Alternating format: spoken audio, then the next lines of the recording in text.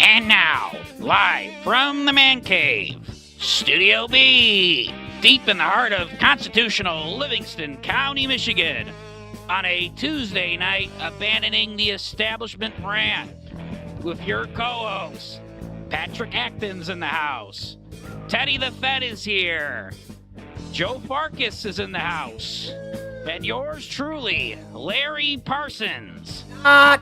This is My Brave.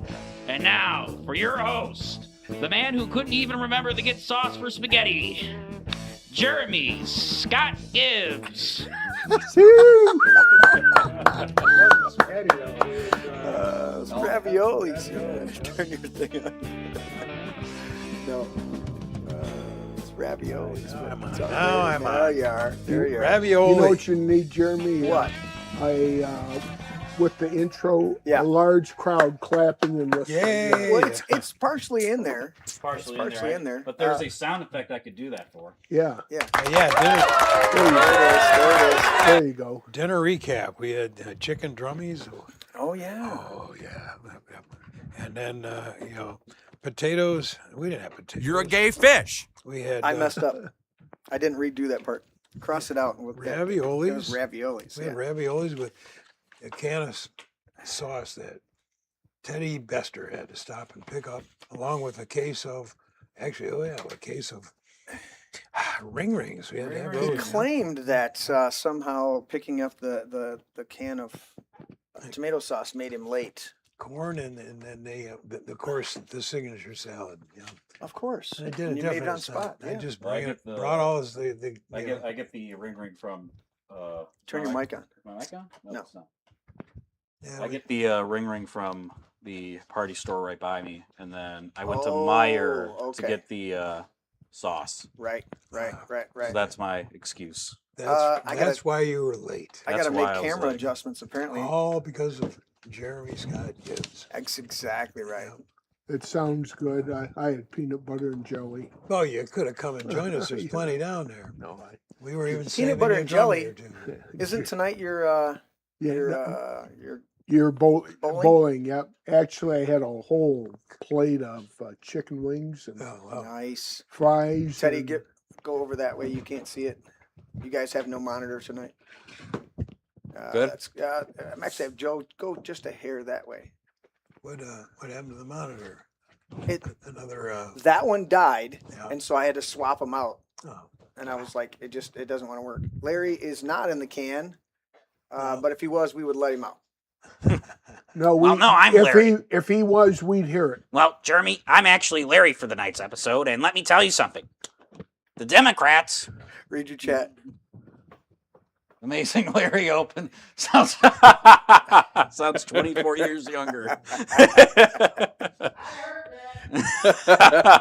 I'm no part of this. Oh, hurry up, Larry. Already had to improvise your opener.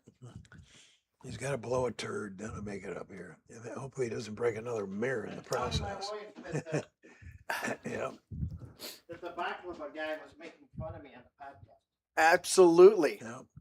Well, I've had enough of Who Alyssa would do that? I've had enough of Alyssa Slobskin and the Democrats making fun of me on the internet. Yep. So I'm going to call Cannonball 63, that's a cool guy, and have them harass them on Facebook with memes. That's a cool guy. Nice shirt, Jeremy. This Thank is- you. I love that We've shirt. got a bunch of shirts on order that haven't arrived yet. What were we gonna say, Patrick? This is Slobskin and her hot dogs. Slams. We need some merch. We need more shirts or a hat. with, More. like Yes. we need a picture of your fish, and it says you're a gay fish, or Right. like the brain, and it says, "Oh, really?" Right. Well, yeah, That'd be cool. that'd be good. Welcome to the table, Larry. Thank you, boss. Yeah, abandoning the establishment. I got to give a shout out. Oh, I didn't change my shirt. Is this one okay? No, you you've, look like hell. you've wasted Hell. enough time. Go change it. No, it doesn't matter. Yeah, It's it's fine. fine. with- No, He's go fine. change it. No, you're good. You're No, good, you Larry. disgust me. Yeah, Look you're at good. Joe. You don't look better at any Confusing different. him. Yeah, the you timer's not going yet. I got my clothes in the truck. You're What do you mean the good. timer's not going? We already did your intro. We're literally Yeah. live. We're good. You did not do my intro. Yes, Yeah, yes, yeah, you Dude, you I did. said I Yeah, was going Teddy up and hitting the did. timer. Yeah, Teddy did do it. Teddy did your it. intro. He did a good I yelled job. for But you. the fact when he sits next to me, that automatically makes him look better. So That's how that works. Yeah, I yelled for you. I'm like, Larry. Anyways, It's okay, Larry. I stayed true to how a Larry intro would work. So, he honored you well. yes, he did it. did It was very it was well. perfect. Yeah. well, Even Tim said I sounded like you, but 24 years younger. So, he even had the voice. Yep. Condolences, Dale. Dale says he had a friend that passed away today, so he's still getting details. Prayers to our friend Dale. Yes. Yeah, absolutely. Yep. Absolutely. But I got Ruthless corruption. Ruthless Corruption. You guys remember the here, hold it flat. Let's see what they're Ruthless Corruption. You guys can zoom in at home with the NSA. They're looking at it tight. There, that's the way to do it. Yeah. This is Carl Mankey. This is the Owasso barber that stood up against the tyranny of Gretchen Whitmer. Yep. Saw him in Frankenmuth on Sunday. No, yeah, cool. He was signing books. So I have this one signed All right, cool. for me. And this is his latest book. And Larry will be pleased to know, Larry, that the Harson's Island Revenge, is that Revenge? What is it? Harson's Island Revenge, which is about the Purple Gang. It's a movie now on Amazon. Read that card. Nice. Now streaming. Fandango. Yep. Wow. So I loaded it up. I started watching half of it, but I was really tired coming off a day, but I started watching half of it. that was a So nice far, way of it's just good. saying you were bored. No, I was like, I put it on. And I'm So I grew up with a family on Harson's Island, like, right? We call us each other cousins, and the mom was my aunt, the dad was my uncle. mhm. There's really no blood relation. It's just my parents were really good friends, Yeah. right? And their uncle, two of their uncles were in the infamous Purple Gang that Carl Mankey is writing about in that book. in this book. Yeah. Now my grandpa, Grandpa Grout was a very good man. So he had nothing to do with his brothers that were involved in this Purple Gang. So what So- was the Purple Well, Gang? you know, It was the bootleggers. Oh, yes. okay. I was in Carl Mankey's barber shop, Yeah. but I just didn't have 2.5 hours to wait. Oh, That's- because he had that's how lines. long. He had lines Mhm. there. And the haircuts probably took less than 10 minutes. Right. But there were that many people. Mhm. So you guys can go to author Carl Mankey, MANKE.com, and find all of his books. There's 1, 2, 3, 4, 5, 6, 7, 8, 9, 10, Wow, 11, 12 serious. books on here. And he is, as it says on the front of this cover, a best-selling Michigan author. And of course, that movie's been made into a thing. But I ran into Carl and I went up and shook his hand. I said, Carl, you remember me? You came on the podcast and a couple years ago. He said, oh, yes. And so I did a little follow up and asked him, I said, you're still biking? He says, no, 84, he stopped kind of doing he used to bike from Owasso to Traverse City. Wow. Yeah. It's on the interview. He would go on Sunday, he would bike north, stay at a hotel, and on Monday he would bike back, and then Tuesday through Saturday he ran the barber Barbershop. shop. But then he also had his discipline of writing. He puts out a book a year Wow. since he started writing.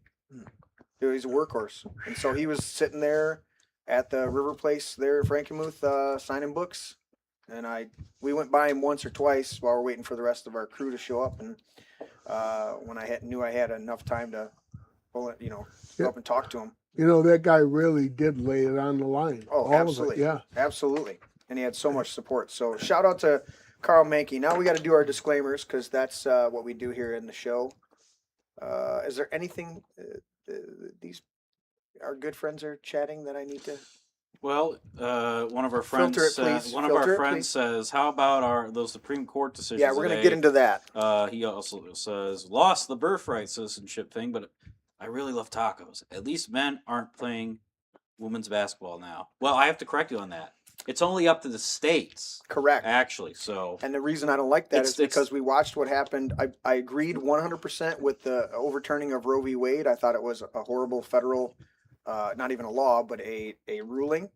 But they turned over the states, and then you watch these Democrat-controlled states, ours included, ram through these horrible abomination laws. Now, on the flip side, you watched a ton of other really good conservative control states that made a lot of great legislation. So, Right, but this is where the 10th Amendment comes in.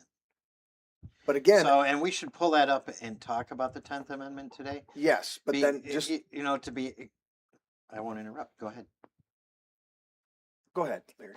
No, I mean I didn't mean to interrupt you. No, I think their ruling was proper because I don't think the federal government here, constitutionally speaking, I think the ruling is going to overrule the Department of Education. So the Department of Education, I don't believe, is going to be able to say, "Oh, you have to put boys into girls' bathrooms, or we're going to take your funding." I don't think that can happen now because the states now actually have full authority to do whatever each state wants to do, and that way, if you believe that boys should be hanging out in the girls' bathrooms, you could move to a state that allows that. And it's like, somebody would be arrested if they pulled their pants down and dangled their wiener inside the window at school. But it's okay if the same guy goes into the girls' bathroom, says I'm a girl, walks around naked in front of anybody. not only that, we do have another news item where a pastor was recently arrested because a groomer came and attacked him, punched him several times, and then the pastor turned around and beat the shit out of him. Oh, well, good for that pastor. And the pastor was arrested because the sheriff there said, "I hate that effing guy or that GD guy," Yeah. and yeah, Yeah. and he supports all of these alphabet mafia groups around I his city. see that as a clear case of self-defense. Oh, 100%. But they're charging him and trying to put him away for 8 years. Yeah. This just happened. But We'll on the other side, his congregation exploded. He's had over 11 million new people join his virtual church. He has a regular congregation, Yeah. but then they broadcast, and 11 million new people tuned into the broadcast. They'll probably be donating to his defense fund. Correct. Yeah. So, we'll go over it. It's on our list. I don't see a win for the persecution. Well, we would, the persecution. Well, one of our other friends says, "Look, I'm as conservative as they come, but I believe we should respect trans, allow them where they feel comfortable, but except where this chat person I mean, not in is the temple. a frequent visitor of." We accept them to do as they please in their own private time. Yeah, I don't want to. That is Correct. That's up to them. Right. But we don't want that to be imposed on society so that they can feel good about themselves. There's multiple videos online right now of these alphabet mafia people parading around completely naked in front of little kids with fully erect phallus in front of little kids throughout our country and other Western. And it creeps me their the fuck out. effort Exactly. their effort to make the age of understanding Mm-hmm. 11 years old. That's so that the pedophiles Yeah. can say, "Oh, it was a mutually agreed experience." Where was I? Just read a story about some gay parade where these flaming whatevers were riding through town naked, and there were two little boys, 11 years old, that decided that their slingshots were going to do some work today. Oh. And their aim was to try to pick off their balls. You got to find that for me. Oh, man. Yeah. Dude, not right in the chat. All right, let's do this. We got to do disclaimers because we're already into it. And let's see, there it is. Notice this podcast is raw, unfiltered, completely politically incorrect. We say Merry Christmas, the Pledge of Allegiance, especially the part about one nation under God. We thank our troops for their service. Thank you, Larry, and anybody else in our audience. Thank you, sir. We recognize 3 genders, male, female, and mentally ill. As adults, we enjoy adult beverages. Patrick got a beverage. Right here. Teddy's got a beverage. Yo. Joe's got Oh, water. Joe's got water. That's Joe got good. water. Adults drink water. Cheers. Larry's got his big gulp cup full of Diet Coke. Diet Coke. No, There we it's go. actually full of Diet Cherry Dr. Pepper. Ah, very nice.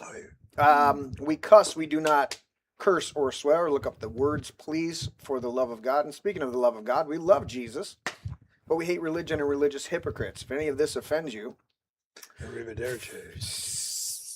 go away. Yep. Just go away. All right, and with that, let's go quickly around the table. I'm going to give Patrick this one right here, and we're back to that. Whoops, I got to undo the top one. That's what I was supposed to do while I was switched off. Go. To argue with someone who has renounced the sense of reason is like administering medicine to the dead. Thomas Paine. Yep. That's a good one. All right, and Larry. A well-regulated militia being necessary to the security of a free state, comma, the right of the people to keep and bear arms shall not be infringed. Period. Very good. Very Yep, good. and when did That they is put the in? Second Amendment to the United States Constitution, December 15th, 1791, it looks like. Yeah, Yep. 1791. And when is it When's it expired? expire, Larry? Oh, when hell freezeth over. Pull it from my cold, dead hands. Dead hands, yes. Exactly right. Let's see what we got here. That one's for you, Joe. Our Constitution was made for a moral, religious people. It is wholly inadequate to the government of any other. John Adams, my favorite quote. Then I picked right, didn't You I? picked Pastor perfect. Hell Randy yeah. Green. Absolutely. Pastor Randy Green Uh-huh. at Tri-County Church over there in Heartland Yeah. quoted that from the pulpit The other on day. Sunday. Nice. Nice. Well, Yeah, shout out and to- many of the other quotes we use up here. Well, shout out to him. I told Maybe he watches the show. Yeah. He does. Oh, he does. And several of our quotes that we've read, he Awesome. said from the pulpit on Sunday. I was very proud to be there with Christina Lake, who stopped in to visit Hell that church. yeah. Hell yeah. All right, and to the Bester. The Supreme Court has made its decision.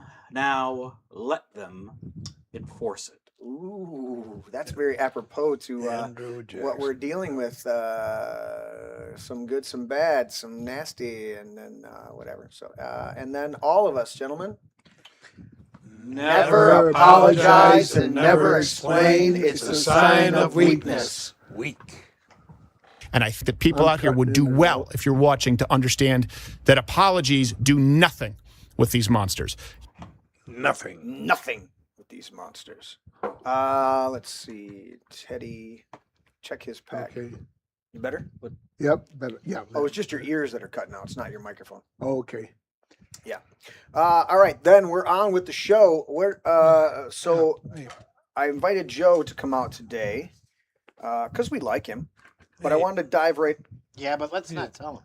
He shakes things up. Yeah. He does. Yeah. He's a shit stirrer. We know what we're expecting. We don't. But what I can't understand was we invited him for a nice dinner, and he came and said I already ate because he had peanut butter and jelly. Hey, you can't fix everything. No, that's true. So Joe, here's the premise. This is what pissed me off, and one of the reasons I called you and wanted you to be on the show. We've talked about delegates multiple times in the past, trying to recruit delegates, and the amount of work that you've done in the community to recruit delegates. And my mother-in-law and my wife got their mail-in ballots. They've been requesting them since the lockdowns. I asked them not to request mine because I want to walk in there and fill it out myself on the day of.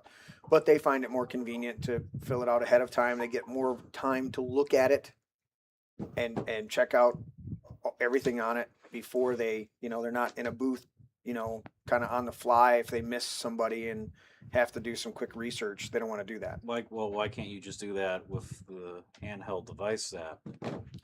Well, that's what I'm saying. Isn't that This is the easier road for them. Well, shouldn't that be the what's the word? The bearing a responsibility of the average citizen to inform themselves before they go into in a perfect world, yes, Teddy, but I don't want to. I'm not going to have that fight with them. So let them fill it out, and They want to be able to debate it. yeah, it sits on the counter for a week or two before they do everything.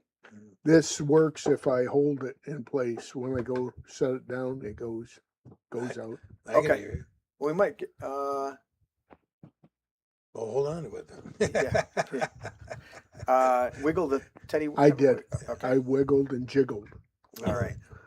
You got to do it to the white one. Did you dance too? I'm multi-talented. You Yeah. should know that. So I looked at the absentee ballot and I helped them. They asked me about this person and that person and this person, and I said, okay, here we are. And so the thing I noticed was there's one person running for precinct delegate in my area. One person. One person. If they're getting so bad, just take them off, Joe. We're not playing any videos right now. Okay. Yeah. But 2 cycles ago when I ran for the first time, there were 13 people that ran for 7 spots here in Osceola Precinct 2, That was in 2020. 2020. Right? Yes. Yes.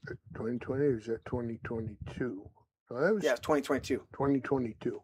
So, and I wasn't part of the whole movement here. We were doing something separate. I had watched some people on another podcast talk about delegates. They were out of Arizona. And then I began to talk to my friend Tisha, who's been on the show. I think you've met her, Tisha. She's been involved in politics up in the Thumb area for many years.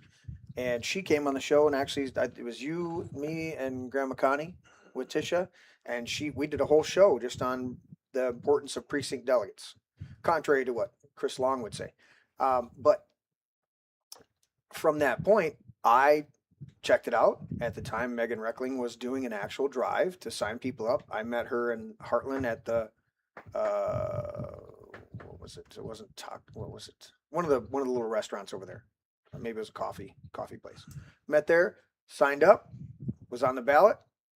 I won. I had the 7th most votes out of the 7 people that were elected. I had the least of the 7, right? Right. But I made it in and met you in the parking lot. But there were 13 people for 7 spots that cycle.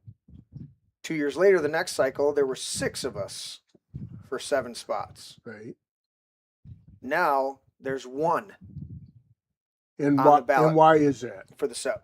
It's the And party. that- It's the party leadership, hands down. There's no doubt for me whether you want to ascribe it strictly to just the county or the state or the federal. I don't even want to call it federal. The national party. It's the party. The party's the one that has, and you get people like Chris Long that tell you that delegates don't matter, that they don't mean anything. Yep. Literally said it on the show as the grassroots chair. And I've talked to too many people, and I know you have, and I want you to speak to this and go over the numbers. There's too many people that are like, screw this. I don't want to be involved in the party anymore because they treat you like shit. Yeah. They don't care. Patrick knows that very well. Yeah. If you do have a differing opinion other than their establishment mode and their establishment operation, they try to get rid of you as quick as they possibly can and ostracize you. It's amazing. That's a secret to working behind the scenes. Yeah. How can they stop what you're doing? Yep. It's when you go face the voters and you have to watch your every word. See, I don't have to do that. Right.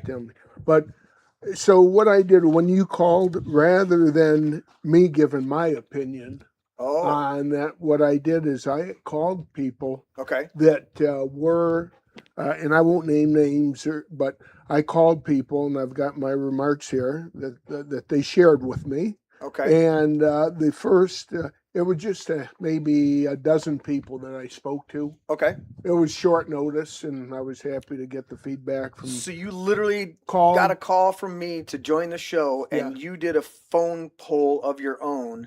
Right. Rather than This guy, rather than He's on it, just man. He's on it. dude. rather than just give my opinion, you can take it or throw it out. But I'll just go. This will take a minute. Let's do it. Here's somebody that I spoke to today, and they do not like what Trump is doing. They are not happy. This is more than what they bargained for. Yep. And they're not happy. They're also not happy that Ralph Rebrandt got the boot. And I don't now. How do we know if that was legit or not? But you can just look at the purveyor of facts Okay. and decide if you think it's just or unjust, right? Right. Well, if it smells like a skunk. Anyway, so they were not happy with that. That was number one. The second person I spoke to, they were not happy because the local government, the clerk's office, did not support this person when they needed it, and they were volunteering and doing a good job for a certain township, and they just didn't get the support, and they said Done. we're not doing that. And then I'm not going to go too deep into details on that one, but So anyway, this is a delegate, the statewide delegate list. yeah, that's the county. Oh, the This is county. the county delegate list. Yeah. Another person fed up with I'm trying to read my chicken scratch. Fed up with the vote, and they don't like Trump endorsing John James. I agree with that. I think that's pretty much unanimous here at the table. Yeah. And then a couple people, and then wasn't happy with the infighting. The next person I spoke to, they said we come to meetings, and all they're trying to do is it seems like they're infighting and undermining our efforts. Because if I'm putting forth the effort, Right. but it's being negated by infighting, so people don't mind volunteering, right? But they want to know that there's going to be results, that we're going to make progress through their efforts and others. Yeah. But when they know that the local or state or whatever government is going to piss away their efforts and time and treasure. They're happy with you as long as you. They're happy with you as long as you vote lockstep with what they want. But as soon as you go against the grain, then they want to shut you down, shut you up, and get you out. Yep. I was And then another one, just not happy with the Republican Party, I got you. period. So that's the sampling. Yeah. Of the ones you reached out to. Of the and talked ones to. that I reached out to. Yeah. Now, let me go through this, and I'm going to read this because This I is your want to get prepared through statement? it. Yes. Number one. Is there an affidavit stamp on yours? I don't have an affidavit No, stamp. I'm a notary. I can't notarize my You own can't notarize your document. own? Yeah. Okay, I just want to make sure it's your statement and you're not reading it like there's somebody hidden around the corner Yeah. that you're actually reading it for them. Potential reasons for low precinct delegate recruitment. People are concerned about the direction the country is going. Mhm. Things were looking promising in last year with the investment in the U.S. Being increased, the stock market up, gender confusion, and men and women's sports reversed through EOs. Now Supreme Court case, right? Right. Then came, and then the border crisis ended and the woke agenda dismantled, Yep. right? Mhm. Then came the Iran war. Right. And now I'm not commenting myself. Maybe we can have this discussion or it'll be part of the discussion, but I'm not going to comment on whether it was warranted or not. I'm just going to state the obvious. The public, for the majority, were not behind it, and they're downright frightened and saying, this is not what we bargained for. Yeah. We bargained for lower food prices. We bargained for lower gas prices. Right. We bargained for immigration to be reversed. Right. That's what we borrow for, not for bombs in Iran. Right. And we wanted to make America great again, not get embroiled in another foreign conflict. right, No exactly. matter how you justify it, that's not what people voted for. And then party infighting was another reason, as I shared with you. Yep. Was given for the low number of people signing up. Some people just have busy lives, and they said, "Hey, I can't do this anymore." But the What was thing, the percentage of that offhand? 25%, Okay. 20%. And when, but the thing is, people will still get involved because they really, really want to help out. They really want to make a difference. Yeah. And no matter how busy they are, they'll do what they can. They'll get engaged to whatever level of engagement they can offer, but they want to know that they're making a difference.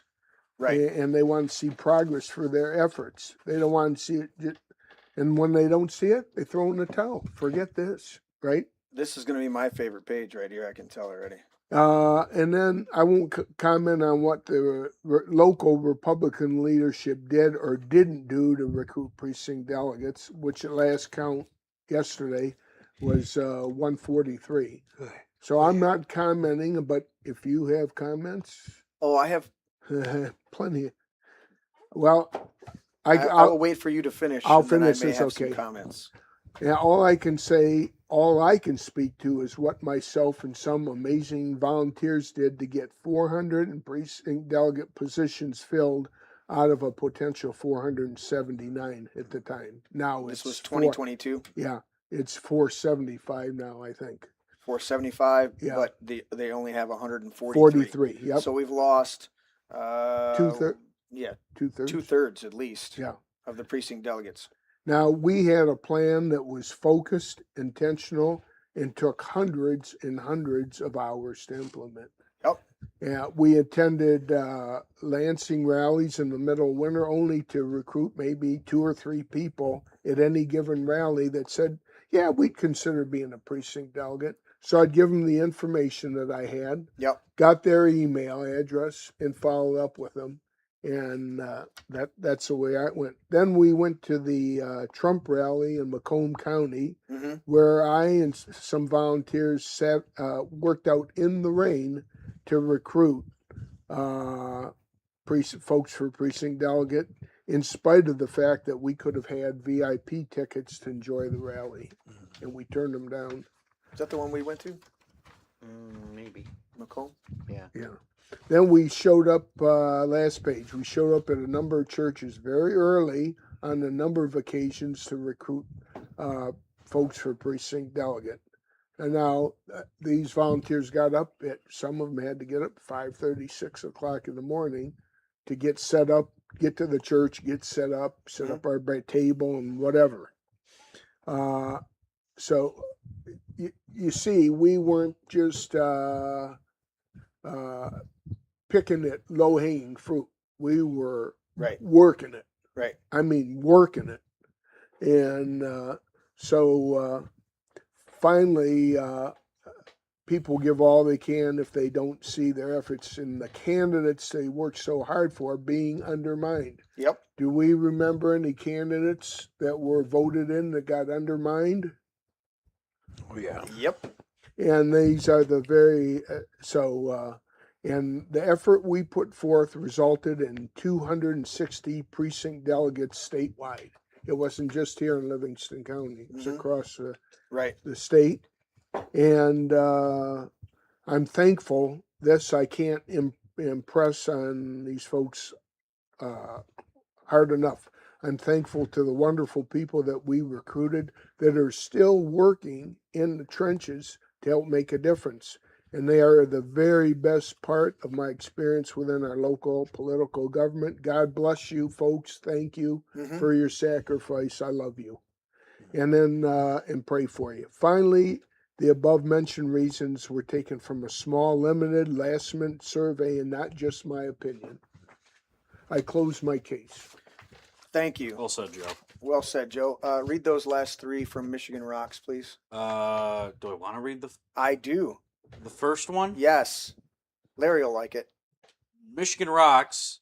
The person Michigan Rocks is saying Candela for judge is a pedo. Just happens to be their opinion. We're just not their endorsing. opinion. That's just their That's opinion. just- But that's just that chat's That opinion. was rough. that was rough. I don't know about that. We cannot substantiate that. But that is the opinion of the person in chat. Yes. And then he also says Not they the don't- opinion of the show. Not the opinion of the not show. the opinion of the show or anyone on the show. Yeah, and we were very reluctant on having to read it. Yeah. We want any lawsuits on our way. They don't want precinct delegates they cannot control, and counties have also reduced precinct delegates on purpose. Allegan County, for example, Oakland County also recruited 0 new delegates. And you know why that might be? Because the lower the numbers of precinct delegates, the easier to manage. That's what That's what Michigan Rock says. Controlling. This is, and they were asking. Yeah. Oh yeah, you typed it in. Joe Farkas. That's why I called you up, Joe, because if anybody's going to talk about delegates, there's nobody else that I know in my experience in politics in the last 6 years that I would trust more to speak on delegates. And you even gave the disclaimer at the end saying this is just my opinion. But dude, nobody else, if I'd have called them up and said, hey, you want to talk about the shitty low turnout on delegates, Yeah. would have called up a whole bunch of people on the delegate list to get their opinions and their feedback on why there's such a low turnout. That's the type of guy you are, and that's why I wanted you on the I show. also just want to say that the Republican Party, we can say the Republican Party in Livingston County and the Michigan Republican Party as a whole has Yep. been a complete and utter shit show and disaster as well. We can go on about the millionth time about Mike Rogers and John James, but we also have our own county Republican Party, not the party's official position, but the higher ups are, for Data the most centers? part, data centers. The Well, data they kind of backed off a little they bit. kind of backed off, but that's because no one Well, liked not it. necessarily all of them. And I want to point out that the Michigan Republican Party finally has a conservative as a chair. That's great, but a lot of people got disenfranchised when we went through the whole Christina Caramo situation, And and that was handled I horribly. also want to point out that it doesn't help. No matter what her. And let me just a second, speak Teddy. to that after Teddy. Yeah, no matter what her qualifications or lack thereof, I had a front row seat for 2 of those. the way that was handled was absolutely horrible. And let me, Were you pertaining to that, Teddy? Or? Yeah, no. I also want to say that there are higher ups in the Michigan Republican Party statewide that want to take away the power of delegates, treat the delegates like crap, and just believe that they should be pushed around. Yep. And you've had that on your show where you've had higher ups on the party not believe in the power of delegates and straight up say that delegates are useless Yeah, and they mean nothing. Yep. Should be abolished. What were you going to say, Joe? And so Christina Caramo, who I've spoken to a number of times, was like her, hate her, agree with her, whatever. Right. She was elected to a position. If you're not happy with the position that she was elected to, you let her run her 2-year term and then you replace her. Right. You don't go in there with an agenda to get her out from day one. Start circling the wagons the Right. day she was elected. Seems like we've experienced something similar to that here in Livingston County Yeah, with one of our chairs. Yes. We have a few new chats. I think they call that a coup. We have a few new chats, I figured. Yeah. Brand new party. Don't know who that is. We don't know who that is. Don't know who that is. Must be a new viewer. Says we need to approve a precinct delegate bill of rights. And then John Bovey says, "What does Livingston County Republican Party even do?" LOL. And then Apparently not recruit and- anybody. And then Dale says, "I would get involved here in Oakland, but they aren't interested if you're not pouring money their way." Yep. And then John Bovey says, "I followed them for over a decade, and they can't recruit anyone to even run for local elections. They stand for nothing." Well, hang on. How about They this one? stand for data centers and more development, and Not all of them. not all of them. Just We I have think some. this. I think well, this, Livingston County has some pro data center people running for judge. would they have been mentioned earlier in the show? I'm not going to They mention. they also have some people in the Livingston County government that I believe they're out there that they want They want these data centers. I'm going to put it on record. I don't know when the next Monday meeting is for the commissioners. Well, which but Howell I- Township commissioners? I think all of them, but one or two, signed a NDA for that data That's center. that's what I want to do. I want to walk into the commissioners meeting and say, I don't want to read it, Yeah. but have any of you or your family members signed an NDA with any of these data center representatives? Will you go on record saying that you have not and family members have not? I don't want to read it. Yeah. That's a private NDA.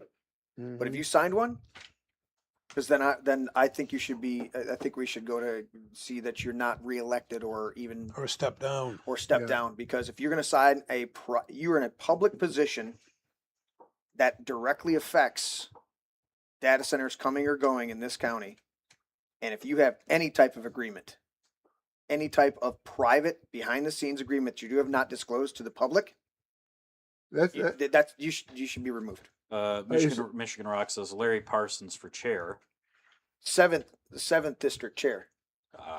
Well, no, that's Grand New Party. Then I'm guessing Michigan Rock says Larry Parsons for LCRP chair. I'm ignoring that. Ignoring- I am definitely ignoring that. Okay. No. For the LCRP chair. No. What about the seventh district chair? No. What about any chair? If you I'm this chair. Yeah, I was gonna say, what about the armchair? That was pretty emphatic. Yeah.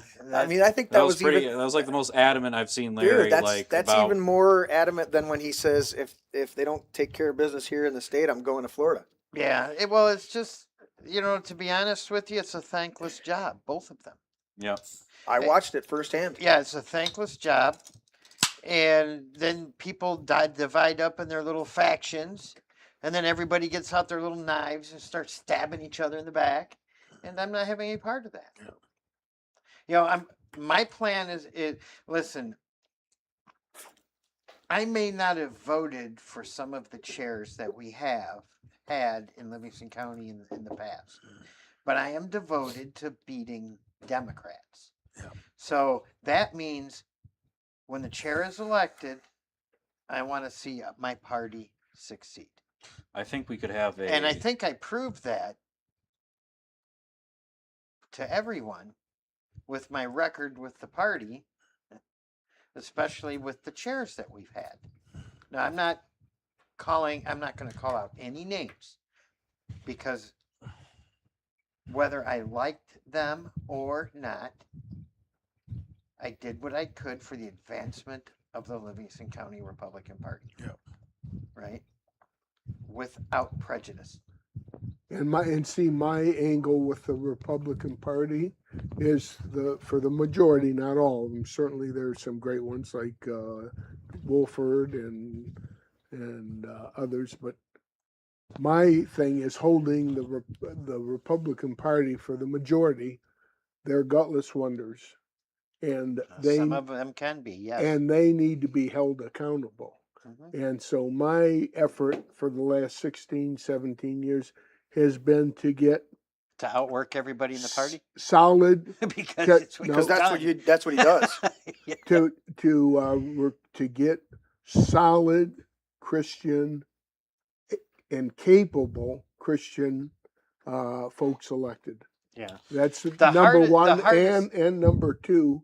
When I was at my first state convention back 15 years ago or whatever, and the fellow up there, he looked like he was 80 years old, said, "Are we?" He's been around forever, and I'm going, "Well, what changed while you were doing what you're doing?" Anyway, they said, "Are we all good Republicans?" And I yelled out, "No, we're all good conservatives." And you could hear a pin drop. That's where I'm coming from. Right. That the Republican Party is not our friend. Exactly, and I want to do two things. Number one, I wanted to say I think we don't need the Livingston County Republican Party to stop the Democrats here. I think we need to have a Livingston County First Party to basically absorb the Republican Party, make it defunct, and actually put the county and the citizens first instead of the Republicans. Big business and pro-development and make everything And I more. haven't seen much real positive things coming out And of we it. have some more interesting chats here. John Bovey says Larry is on decade 6 of electing the lesser of two evils. And then we have You got to think that's funny. and we have debug. We have debug 109. Yeah. Saying Gatesman and Candela are openly pro data center. Spread the word. And he also says not a hit, Jeremy, just a fact. Smiley face. What was the hit? Oh, that's what he just said afterwards. Oh, not a hit? Yeah, not a hit. Had a hit against them? No, yeah. Oh, yeah. And then we got our good friend Gypsy Magic saying lack of a moral, just and independent thinking candidate pool equals the uniparty politics of personal destruction campaigns and towing the uniparty line or else. Yep. Yep. Had you finished your thoughts about the what took place in Livingston County? And I've been pretty tight-lipped about it, but there were some things that happened with the two previous chairs that I publicly said I'm done with you people.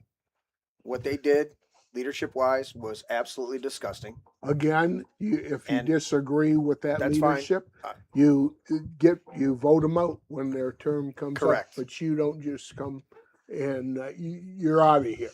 Well, if I remember correctly, there were some executive committee emails that were leaked to the libtard media. On purpose. Yes. And I saw all of the other threatening and intimidating emails that were there to get rid of a chairperson. And lo and behold, the person that made all the threats then ran for chair directly after that. Yeah, and I was supporting that chair actively. The previous one. You know, for the No, he's talking the about very kind lady that you're talking about.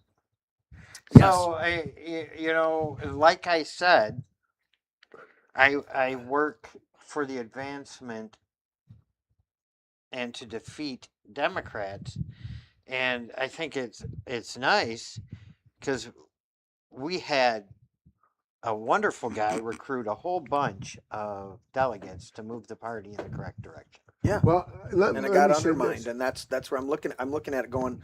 There were 13 for 7, there were 6 for 7, and now there's 1 for 7. Well, you know what it's like? It's akin to when I say the Republican Party is not our friend. It's because their policies do more harm than good. And it's like trying to defend the Republican, not the platform. The platform is great, but to support the people, the candidates, and the people that are in positions that they can do the party good. Yeah. They don't do it, and it's like going to a fight and you got one arm tied behind your back. Yep. With a butter knife, and the guy's got a shotgun aimed at you. There's nothing to work with. I think the Republican Party and the Democrat Party are two sides of the same globalist liberal order. It's become that way. It's become that way. And when we keep voting for them, we keep voting for a containment on the country getting worse and worse and worse. I mean, just look at the current administration and what it's done. You can look at the SCOTUS stuff. You can complain about the SCOTUS stuff, but who appointed, let's just say, Amy Coney Barrett on there, right? Yep. And that was the Republican Party apparatus and the judicial branch and Mitch McConnell. So when we keep saying, oh, well, let's just keep voting Republican one more time, the country's saved, it's not going to work like that. We got to get rid of both the Republican Party and the Democrat Party and this whole uniparty system, or else the country's going to keep going down the gutter. Well, I'm not saying I don't think the whole Republican Party needs to be thrown out. Certainly not. But they have to be held accountable. Well, but wouldn't you look at it from this standpoint? You're the one that stood up and said, "No, are we good? Are we good Republicans? No, we're good conservatives." Yeah. So, there's no secret. I'm part of the Grand New Party. I'm part of their board. I'm part of that because their strict mission is to find, even recruit sometimes, but find people that are running for office, vet their positions and their stances, and if need be, support them.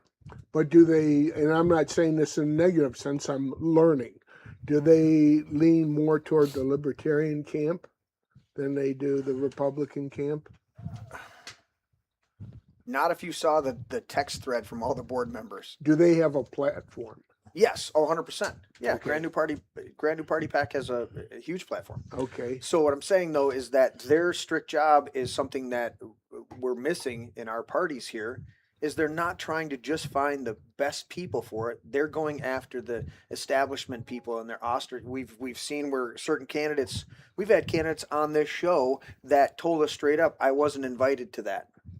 Not just here in Livingston, but in other counties where they were told, yeah, we're not going to. Oh, I know it. It's like when Pat Colbeck, I was the county coordinator for Pat Colbeck's run and for governor. Yeah.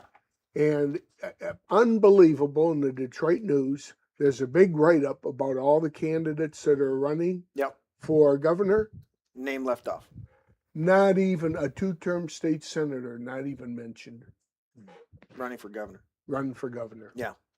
And of course, Trump supported Schuette. And Patrick, do you still get calls from the Genesee County Republican Party? Yes, I do. And what do they call you for, Patrick? All kinds of work that they want me to get involved with. They want you to keep volunteering and they want me to give them money? donate money and come to their dinners and golf outings and all that stuff. Yeah, sure. So yeah, and because that's what they're looking for. They need your money, and they need you to volunteer. Are you gonna do it? But they don't. No, hell no. I don't even respond. Good. Yeah, hell no. We got a super chat, a $20 super chat. If you want to read that out, Jeremy. It's from somebody claiming to be Deb Drick saying, "You got something to say, Jeremy?" If it comes to a head, I don't just have something to say. I have all the archived documents, text messages, emails, the whole shooting match on what went down a few years back. So if we want to do that, I don't think that's the real person, but.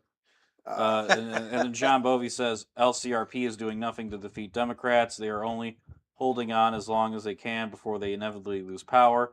In a heavily right-wing area, we lose every election except for Livingston County Board of Commissioners, school boards, left-wing city councils, or school boards left-wing, city councils left-wing. 100%. And don't be fooled that Livingston County is a conservative county. They lean Now you're going to really piss Larry off. No, they lean conservative, I would agree, but they're quickly becoming. Well, that's what John Bovey's saying is look at look at our school boards, look at our city councils. You go downtown Well, to that's some of the. because here's this thing, right? And it's called nonpartisan. Yeah, but we know exactly who they are. I think. Not everybody does. We do. That's us. All right. We pay attention. There a lot of people out there just go to work. They tune out politics, and then when they get the ballot in their hand, they look at this and they say, "Oh."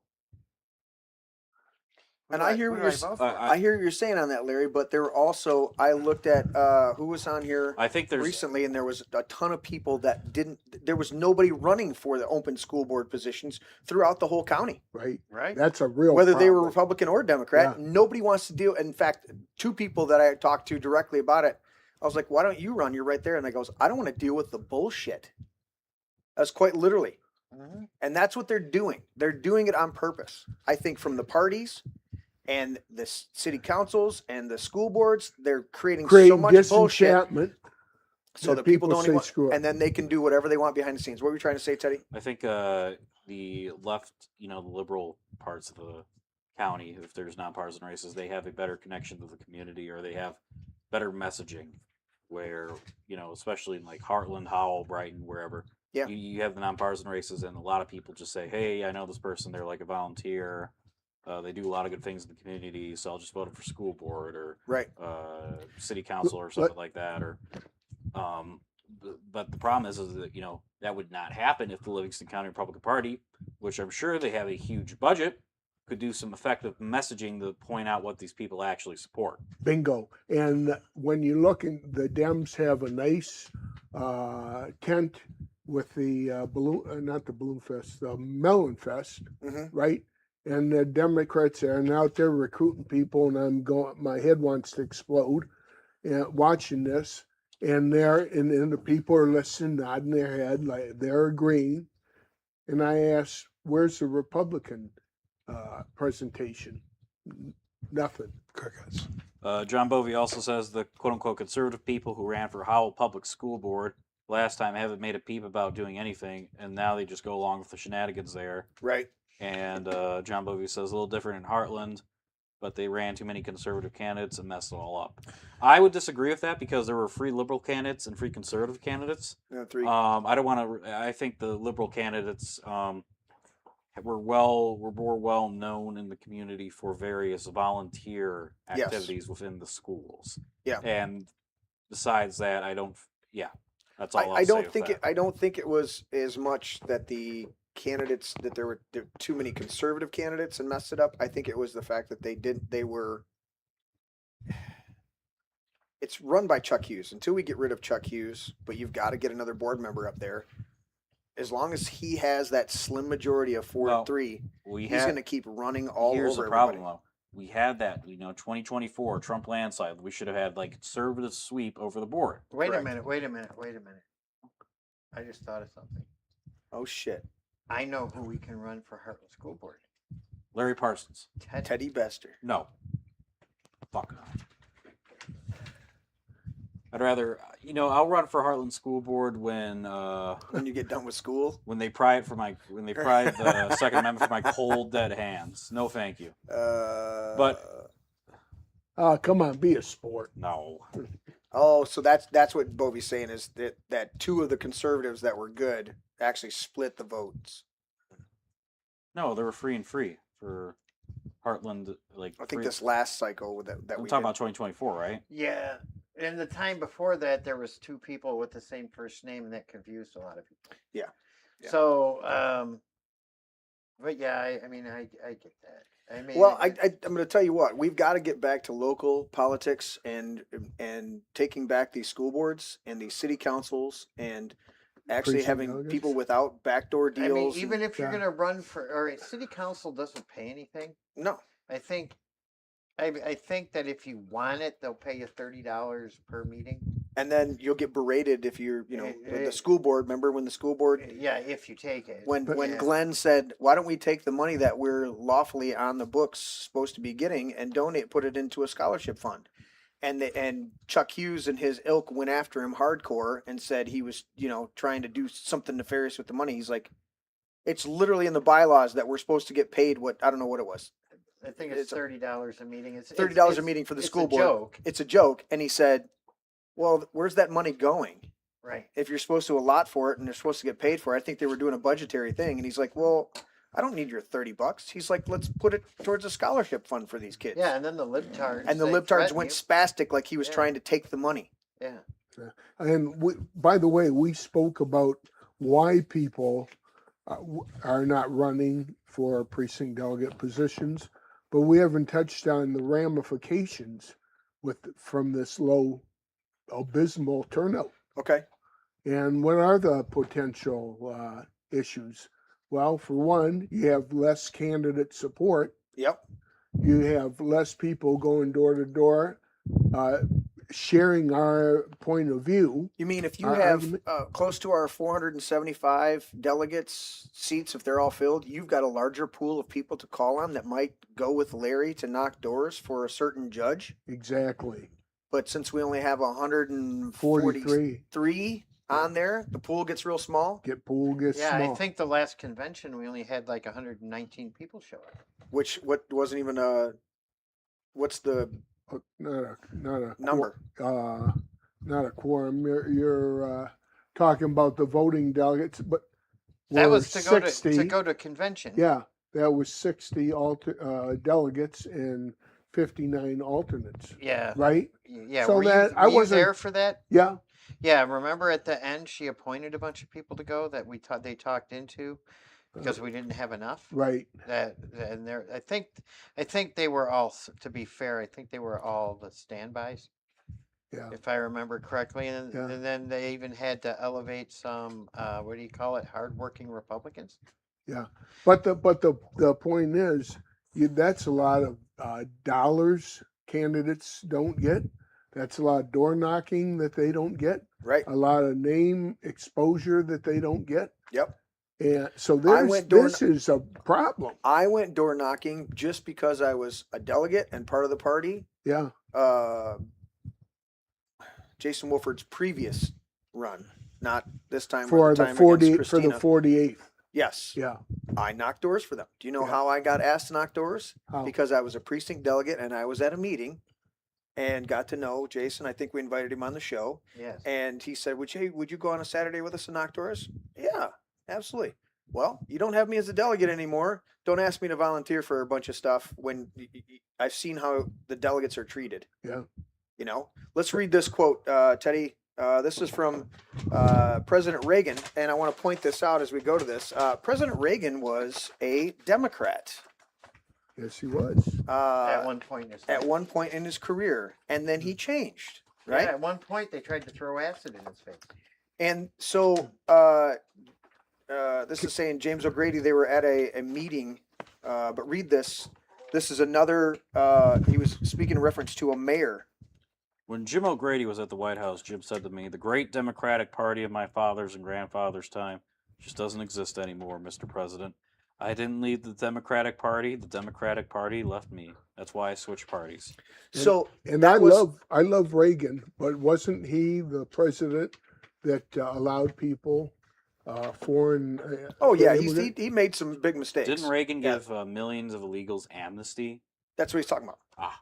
That, but that's, so there were mistakes made. My point in putting this out is a large portion of Democrat politicians left the Democrat Party, and we've seen it in recent years with RFK Jr. and with Tulsi Gabbard and a few other people. Okay, Right. and they've all made this similar statement of, "I didn't leave the party left me." Well, I want to go on the record here today and talk and say it as far as abandoning the establishment. I didn't leave the Republican Party a couple of years ago; it left me.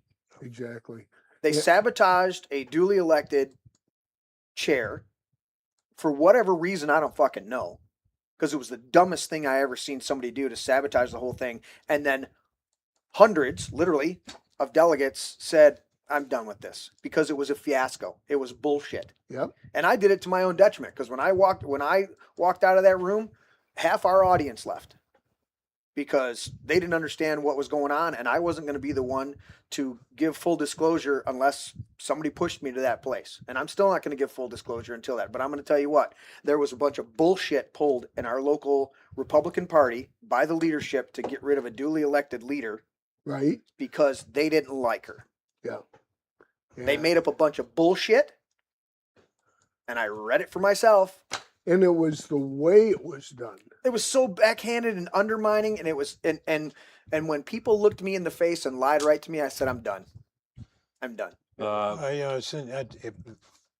I went through, I mean, they decided they wanted me out, and they were threatening litigation, and I had to think about it. I mean, I was ready to fight, and I thought, why am I going to pull out my wallet, take money out of my pocket to fight for something I'm volunteering for? Yeah. This concept of you volunteer, you work your ass off, and people take advantage of it. Shit's got to stop. And the only way it stops is if you or me, being a delegate or someone who's volunteering, to say, I've had enough. I'm done. I'm not doing it anymore. If I can share just something my wife shared, the Democratic Party is with their, in fact, forget Democrat. I quit saying that. Our Socialist Party is they're speeding toward destruction of this country as a constitutional republic, and the difference between Democrats and Republicans is Democrats are speeding. The only thing, the Republicans are going in the same direction, but at a slower pace, but they're going to get us to the same spot eventually. Well, that's the point that Teddy keeps making, and I agree with him to a certain extent. I'm not fully black-pilled, but it's definitely a uniparty, and it's just a matter We of... have to stop encouraging the uniparty system. I mean, Correct. It's like we have to vote red no matter who. How about we don't vote Republican at all? Why do we have to keep supporting this party full of traitors and backstabbers and liars and people in it for their own skin? But we want to support people, Republicans, that are in it for the right reason. Correct. Well, that's a dime a dozen these days, I think. And see, that's the, I don't have, but you asked a question earlier, Joe, and I want to redress this because you guys kind of got to answer it, but I didn't chime in on it. You asked the question before the show started as we were sitting here waiting for the timer. Yeah. Do you remember your question? Yep. What do you think the number one reason is for the country being in the malaise and the pathetic direction it's headed? So I would like to answer that, and I'm going to preface this a little bit, and maybe Teddy does a timestamp on it, but I believe part of the reason that, or a main reason that the country is in the state that it is in, is because no system has longevity. I think that's the bottom line. I think every system throughout history has shown itself to go through a struggle, emerge into a certain place of freedom and prosperity, and then fall down into decadence. That's where we get that phrase, strong men make good times make weak men make hard times. We get that whole cyclical system going on. I don't just believe that it's corruption in political parties. I believe that the corruption is the result of, you cannot sustain a system for beyond a certain amount of time. And we've miraculously exceeded most countries in their incarnations, right? You look back at Greece, all of these countries. The average yeah. lifespan of a country is around 200 years. Some last. I mean, we talk about the Soviet Union here and don't realize that it lasted from 1917 until 1989, 1990. Okay, right? that's the Soviet Union. It's a huge topic of the Cold War and all these things, and World War II and all this stuff. And we realized, wait a minute, they were around from 1917 to 1990, and then they were done. So Thank you, Reagan. So I look at that as no system is ever going to be sustainable. We're never going to have a prolonged good government because bureaucracy always grows. It's always going to erode freedoms. And so I find it difficult sometimes how to navigate. I'm not black-pilled like Teddy, straight up, but I look at this going, this is headed towards some change, some revamping. We've talked on the show before, I think with the Grand New Party people, with Trejo and everybody, about balkanization with Dennis Marburger and stuff. Yeah. Do we fall into balkanization to where we're no longer these 50 United States because you've got this faction, these states that want to go here. I mean, it was tried less than 100 years into our existence with the Civil War. Look what's going on in Dearborn. To your 100%. point. Yes. And so I look at it, for me, to answer that question, why do I think it's in the place? Yeah. I think it's inevitable. Okay. I think it's inevitable that every governmental system at some point falls apart. Okay. You look at Saul to David to Solomon, and then the kingdom is divided and destroyed. Right. And then there's these different kings that are part, that they're really, it's all faction, and it's all, and that's a kingdom that God anointed the kings to be kings. Right. Okay. Yeah. Now just think about he wasn't crazy about the idea. No, he wasn't. No, absolutely not. But that's my point, is that you've got a system, and we have the worst and best system ever created by men, because, and I believe they were inspired, but it was a system that at its best is a system that enshrines the God-given freedoms that God gave us. And at its worst, as Teddy loves that quote that I gave to you tonight, it's not made for an immoral people. Yeah. And so you've got the people in Dearbornistan, and you've got the alphabet mafia. Well, what? Those are immoral people. Yeah. A group of people that says you can't eat, I'm gonna stab you if I could because you're gonna eat bacon or you own a dog. Yeah. And I'm gonna rape your wife or your women because they don't wear a burqa and cover up their face, and so therefore they're subject to it, which is the rapey group gang, the rape gangs are rampant throughout Europe right now. I mean, it's off the charts how horrible it is. They don't have they don't have guns over there. They can't. But Well, that's true. But is England, just a question, are they recognizing it finally and trying to reverse that? The people are recognizing Yeah, it, the and they're people, showing I up mean. in the streets, but Yeah. the government is going along with it because they want that system of chaos to continue because it gives them power over the shit show to a certain extent. Okay. So that's what I'm saying is when you've allowed people, we were in Frankenmuth, okay? I go use the urinal, no big deal. I mean, it wasn't clean. You just stand back and use the urinal. Men know how to do that. We got a little aim for the big bowl. Yeah, pull it out of your sack. And... Okay. But we came back through. Boy, you don't, yeah. Yeah, I'm sitting Stop. next to him. yeah. What in God's holy name are you blathering about? So we came back through at a certain point, and the boy said to use the bathroom. Well, I come over and I went into a store, and I come back out, and I said, are they done yet? And he said, I'm not going in there. My son. I said, what's up? He's like, he just kind of looked around real quick, and he said, you see all these people? He said, that bathroom is disgusting. There was shit all over the bathroom, the one stall. Yeah. Like they just, and most people don't realize this, that a lot of these migrants from these They other don't know what a places, toilet is. they do not have a concept of proper hygiene Yeah. in a modern bathroom setting. Right. And there's reports all over the place where they come in and they know that the migrants are there on a regular basis. Yeah. They will, if they manage to shit in the toilet, they will wad up the toilet paper and throw it in the corner of the stall. Well, Not realizing that they can flush it because in their third world hellhole country, they can't flush it down right. Exactly. because it runs in open sewers that runs down the street. That they use But- for drinking water So sometimes. So you can't have How an gross is immoral class of people come into a moral. That's why I say that this country is the form of government, the representative republic that they founded, is the worst and best. It's the worst if you have people who exploit it. Right. It's absolutely the worst. Yeah. You can't exploit communism the way you could. Once communism's established, unless you have a violent overthrow, it's there and it's going to fuck you over every time. Yeah. Okay? You can't exploit it. But a representative republic, well, you can get an AOC and a Shithead Tlaib and a Ilhan Omar. You can get those in a Mandami. You can get them elected. And How do you get those garbage people elected? Yeah. Because they can exploit the system. Because the system is exploitable. Yeah. Obviously. So that's what I say is it's the absolute best system that has ever been in the history of man.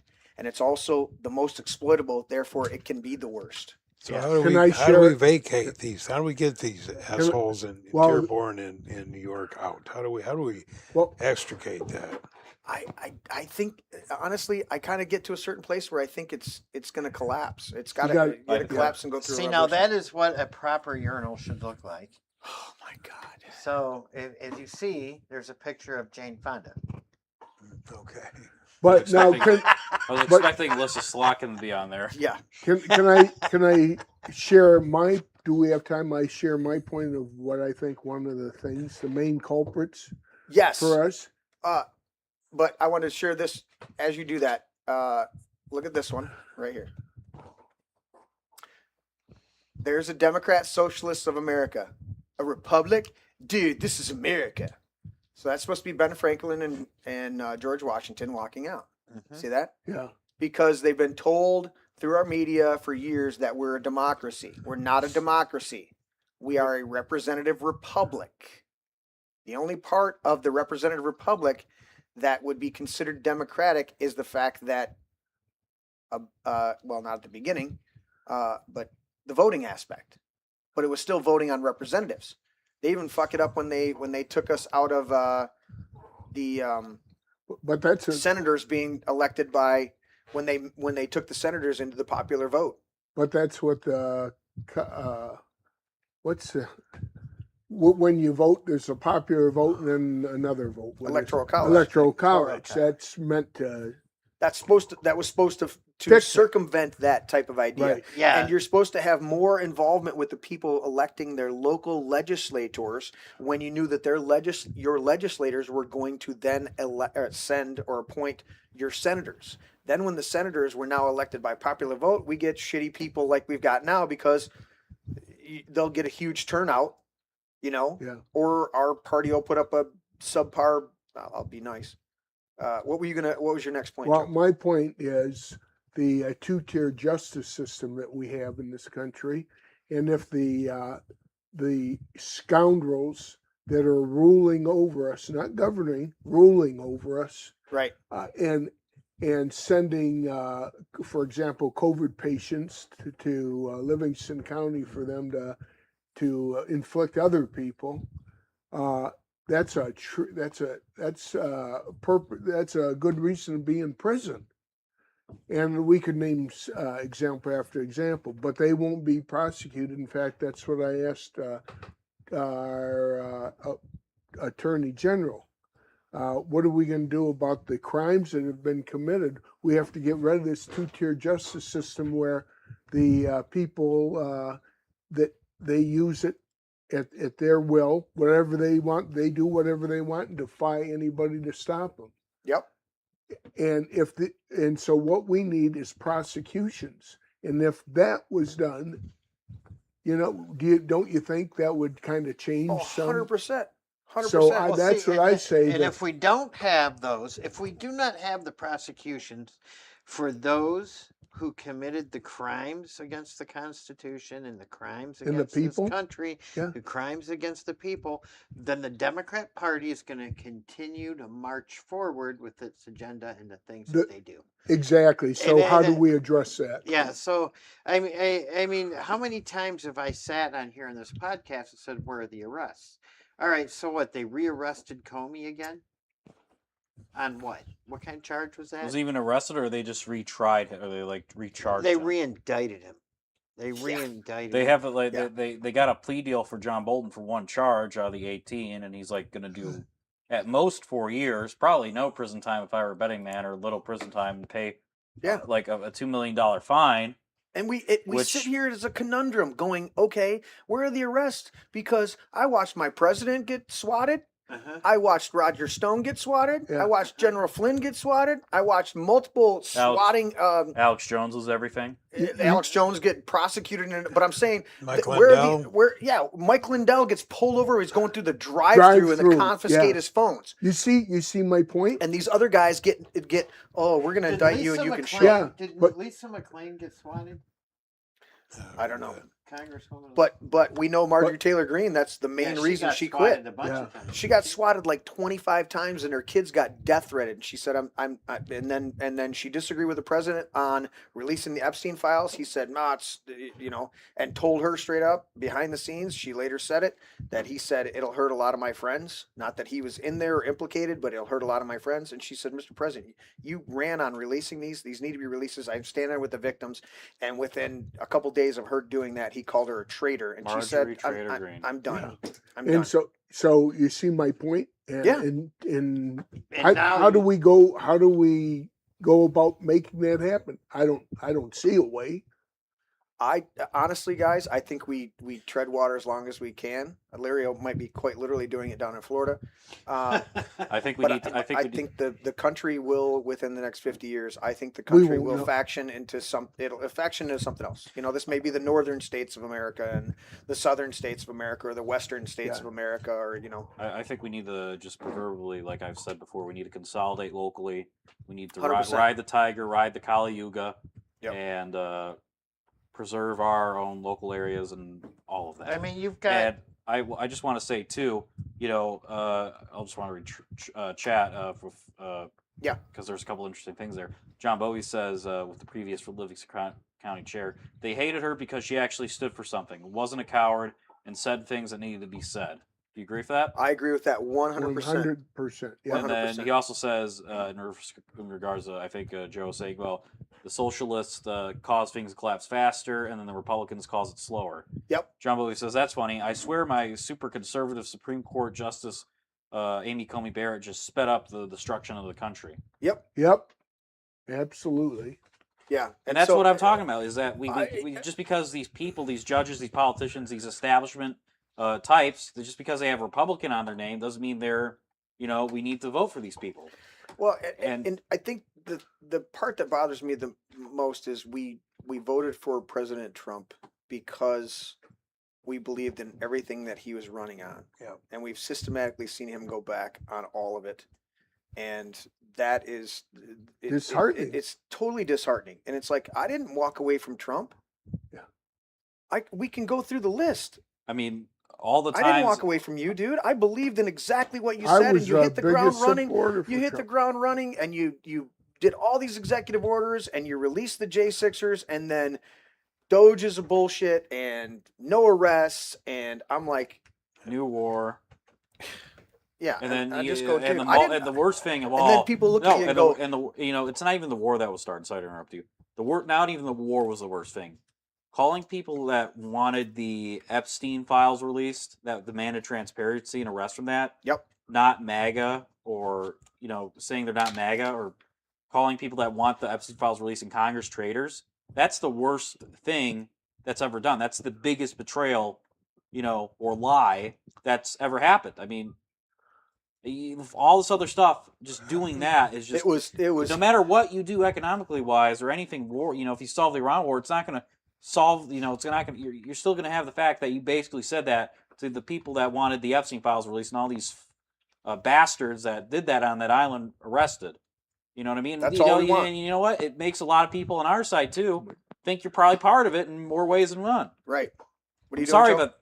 but Okay. I'm sorry, but that's That's how it work. is. I mean, That's the way he's done that Epstein file thing and the cover up and trying to slander people and shame people for wanting these released. Oh, you're not MAGA. It's like you're trying to protect yourself, or what MGD say, you're trying to protect your friends. It's just Yeah. how it is. Yeah, and I mean- and we're looking at it going, dude, how long do I can't make excuses for that. Up to a certain point, you just go, dude, Yeah, when they say this is not me. You fucked this up. there's nothing to it. Right. So how many pages have been released? About 3 million out of 30 billion.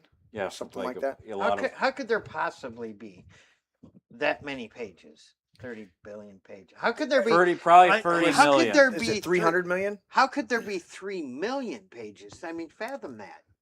Because it's 3 million of these? so think of it this way. First of all, it's going to be Is- large font like that, Uh-huh. but it's going to be the totality of all the emails that have ever been gleaned. Look Right. at how many emails did Hillary alone on one server delete? 30,000 30,000 on one server. ish. Ish. Could be a few Yeah. more. Okay. So this is a guy that's just emails. Now you've got every piece of document because he was jailed twice. documents, transcripts, interviews. Everything. Could When they one talk about- person read Nope. what's been released on the Epstein files Nope.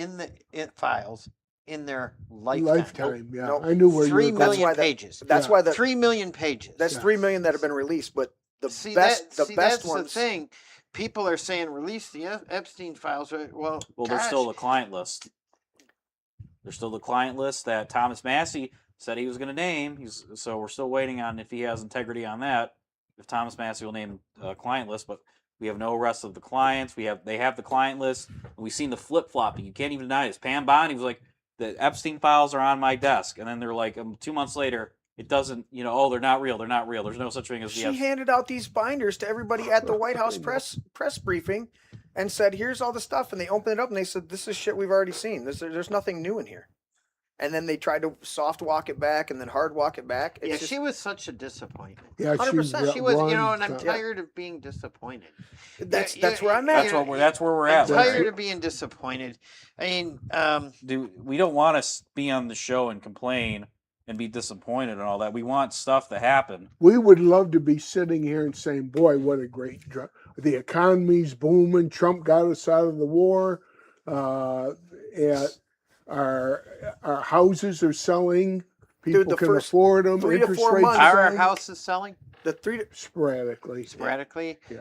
Okay, what's housing values doing right now? Are they up? Are they down? Are they about the same? Are they They're stable? about the same as they have. So been. they about the same Do as they you have know that been. housing prices are even higher than what they were in the 2006 bubble? even comparing dollar values. Yep. Yeah. So, But back to your point. what's interest rates at nowadays? 6.5. Sorry, Jeremy. No, I was going to say, but back to your point about the Epstein files. Yes. That's why some of the best people out there right now that are covering it, they plug the files into an AI search engine Yeah. that looks up certain keywords. And the problem is that the government released it to where you can only do 10 pages at a time. You can't just open up the whole folder and do a word search and wait for it And to I compile and come believe back. a lot of the stuff is redacted too. There's a lot of redactions. Wasn't it Bobert that came out and did it, or was it Anna Polina? One of them came out and was going to Gosh, read how the do you names that were. redact Those- 3 million pages? I mean, you can't even. How You many got people? a lot of people working on it. Well, no, but couldn't AI do that?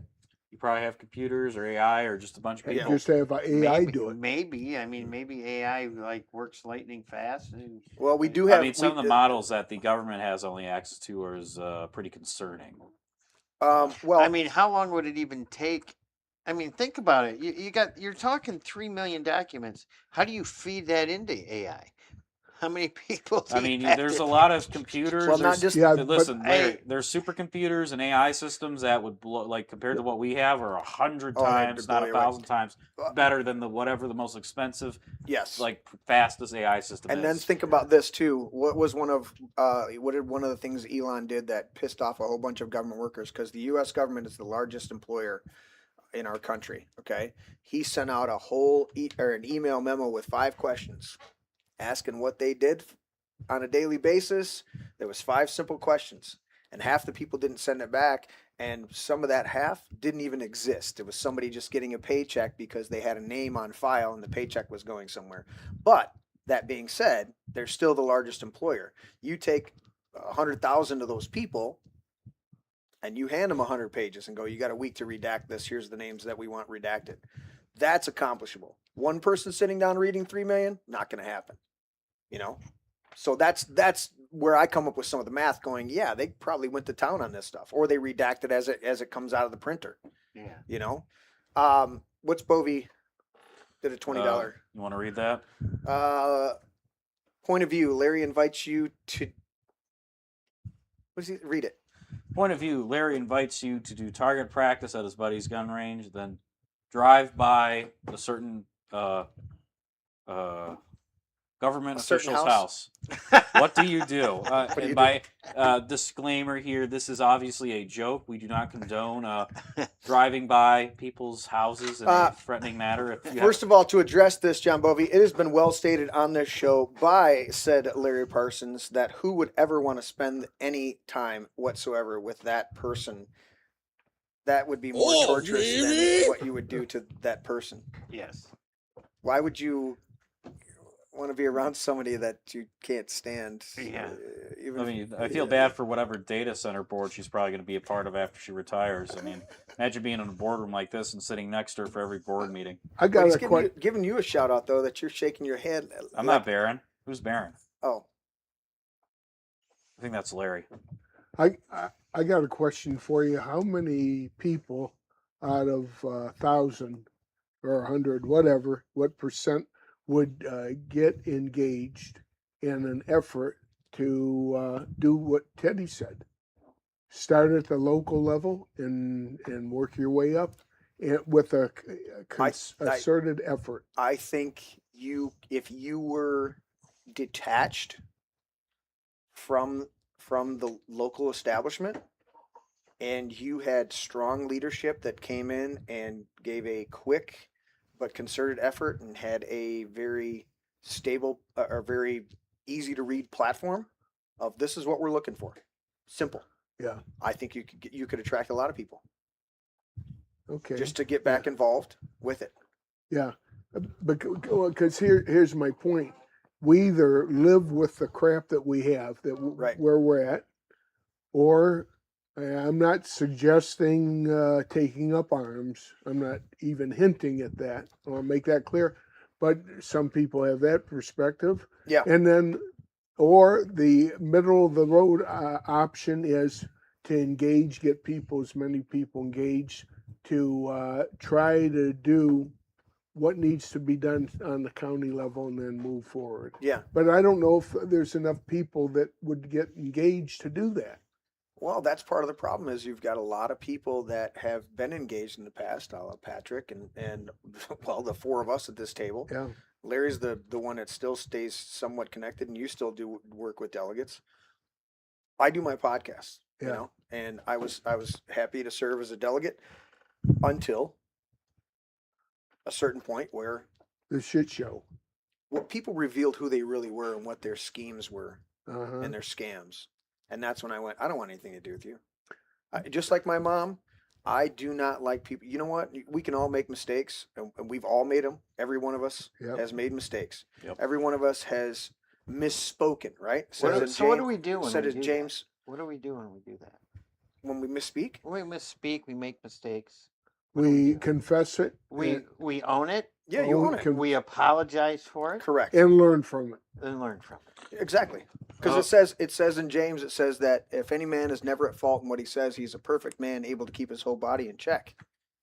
Well, that's none of us. Right. It talks about the tongue being a world of fire set on. It's a world of evil set on fire by hell itself. You know that this is so we've got to be. We're never going to be faultless in what we say, but if we own our errors and we make every effort to speak truth, you know, then we're doing good. So when somebody lies straight to me, you ask them a question and you could, it's provable that was a lie and you did it on purpose. Yeah. And then there's no, as Larry asked the question, there's no, yeah, I lied to you. No repercussion. No, there's nothing. Yeah. I don't want anything to do with you.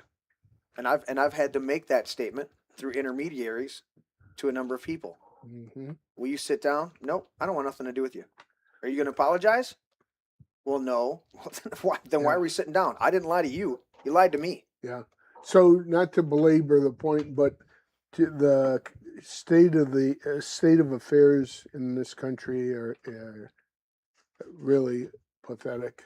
And so, how do we start chapters of to get people engaged, to recruit people, not necessarily for precinct delegate. I'm just saying to get engaged and say your country is going down the toilet. Yeah. We need you.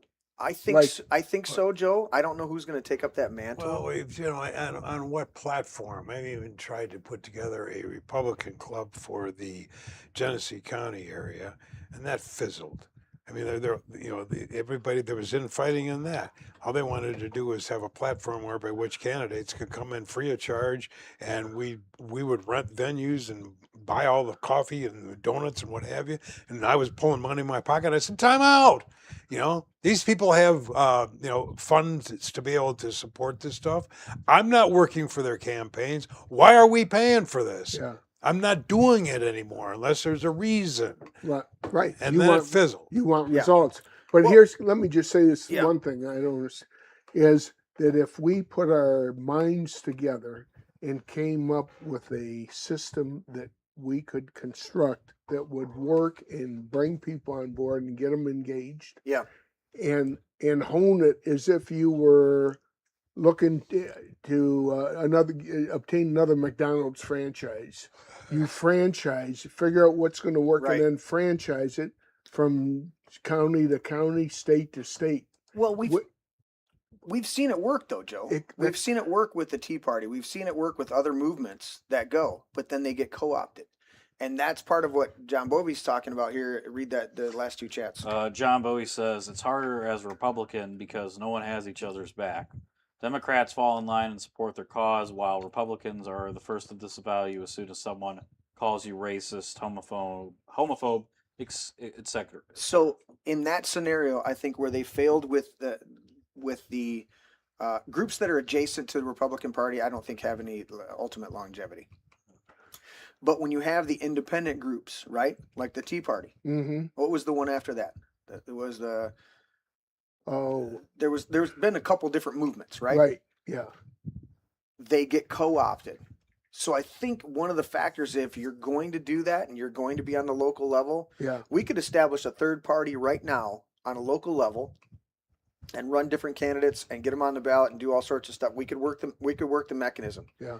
But that's got to stay so hardcore independent from the establishment, Right. because the establishment's really good at co-opting you at a certain point, and they'll get people in your organization that'll look like you and Spies. talk like you, Yeah. and then Oh, next I thing you had know, they'll people- get into a position, and then they'll co-opt the whole thing I had people come to my meetings to spy on you. spy on me. And that tells you how much of a threat just being independent from their establishment is to them. Yeah. So yeah, because they're not gonna, no. As long as you're pouring money into it, why should I lift a hand and help? Right. You know. And I had a front row seat on that for a couple of years, and I went, when I saw the shenanigans go down, I went, this is disgusting. Yeah. How is this any different?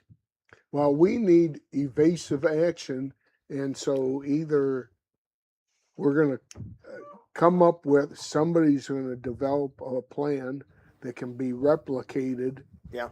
and not be co-opted, and that's asking a lot. I know it, Well, but or do we just sit on our hands and have No. our? we got to be that's why I want to do. That's why I keep doing the show. That's why I keep doing this, and I keep talking to people individually. Yeah. Right. You're keep them- you're doing it. Yeah, well, Yeah. so are you, and I think everybody here. We're talking to people, and we're keeping them aware of what's going on. Uh-huh. We're also not just focused on the political aspects, but the life aspects, right? Or the spiritual aspects. That's huge too. I do want to, Larry. Are you about ready with your Lightning round. lightning round over there? I have selected. Very lightning round. Okay, so I wanted to hit one quick thing before we do that in leading up to this, and is it escaping me right now?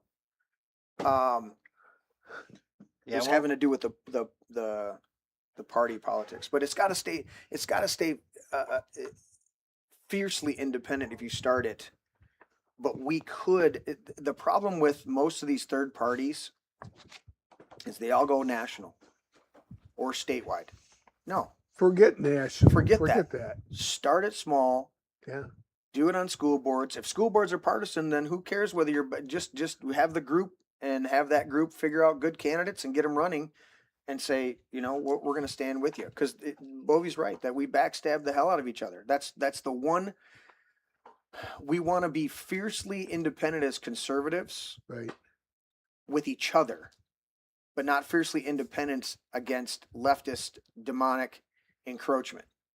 When that happens, then we don't band together against it, and where we should be fiercely independent against that stuff. Instead, we fall apart in the face of their demonic assault. Well, the problem is the Democratic, excuse me, I'm sorry for using that word, the Socialist Party in Thank America you. Yep. tells they're elected, you get elected as a House rep or state senator or whatever. If you have any hope of being reelected, you will vote the way you're told toe to the vote. line.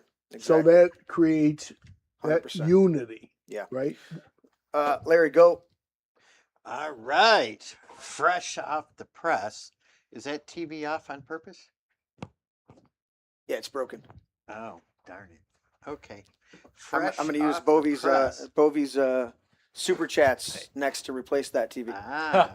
Congressional Black Caucus blasts constant complainer Alyssa Slotkin. Says posturing for higher office in 2028. Okay, what do they get? What do they want that she hasn't delivered? Well, it's see, Alyssa Slotkin went on this leftard show, Stephen A. Smith, calling for new leadership. For new leadership. Yeah, she says here, the Holly Socialist retained her call for a new leader. Reiterated her call for new leadership in the party last week on the Stephen A. Smith left-wing extremist kook fringe whack job shooter podcast. Are you talking the Socialist Party? Yes, Okay. the National Socialist Party. Yes.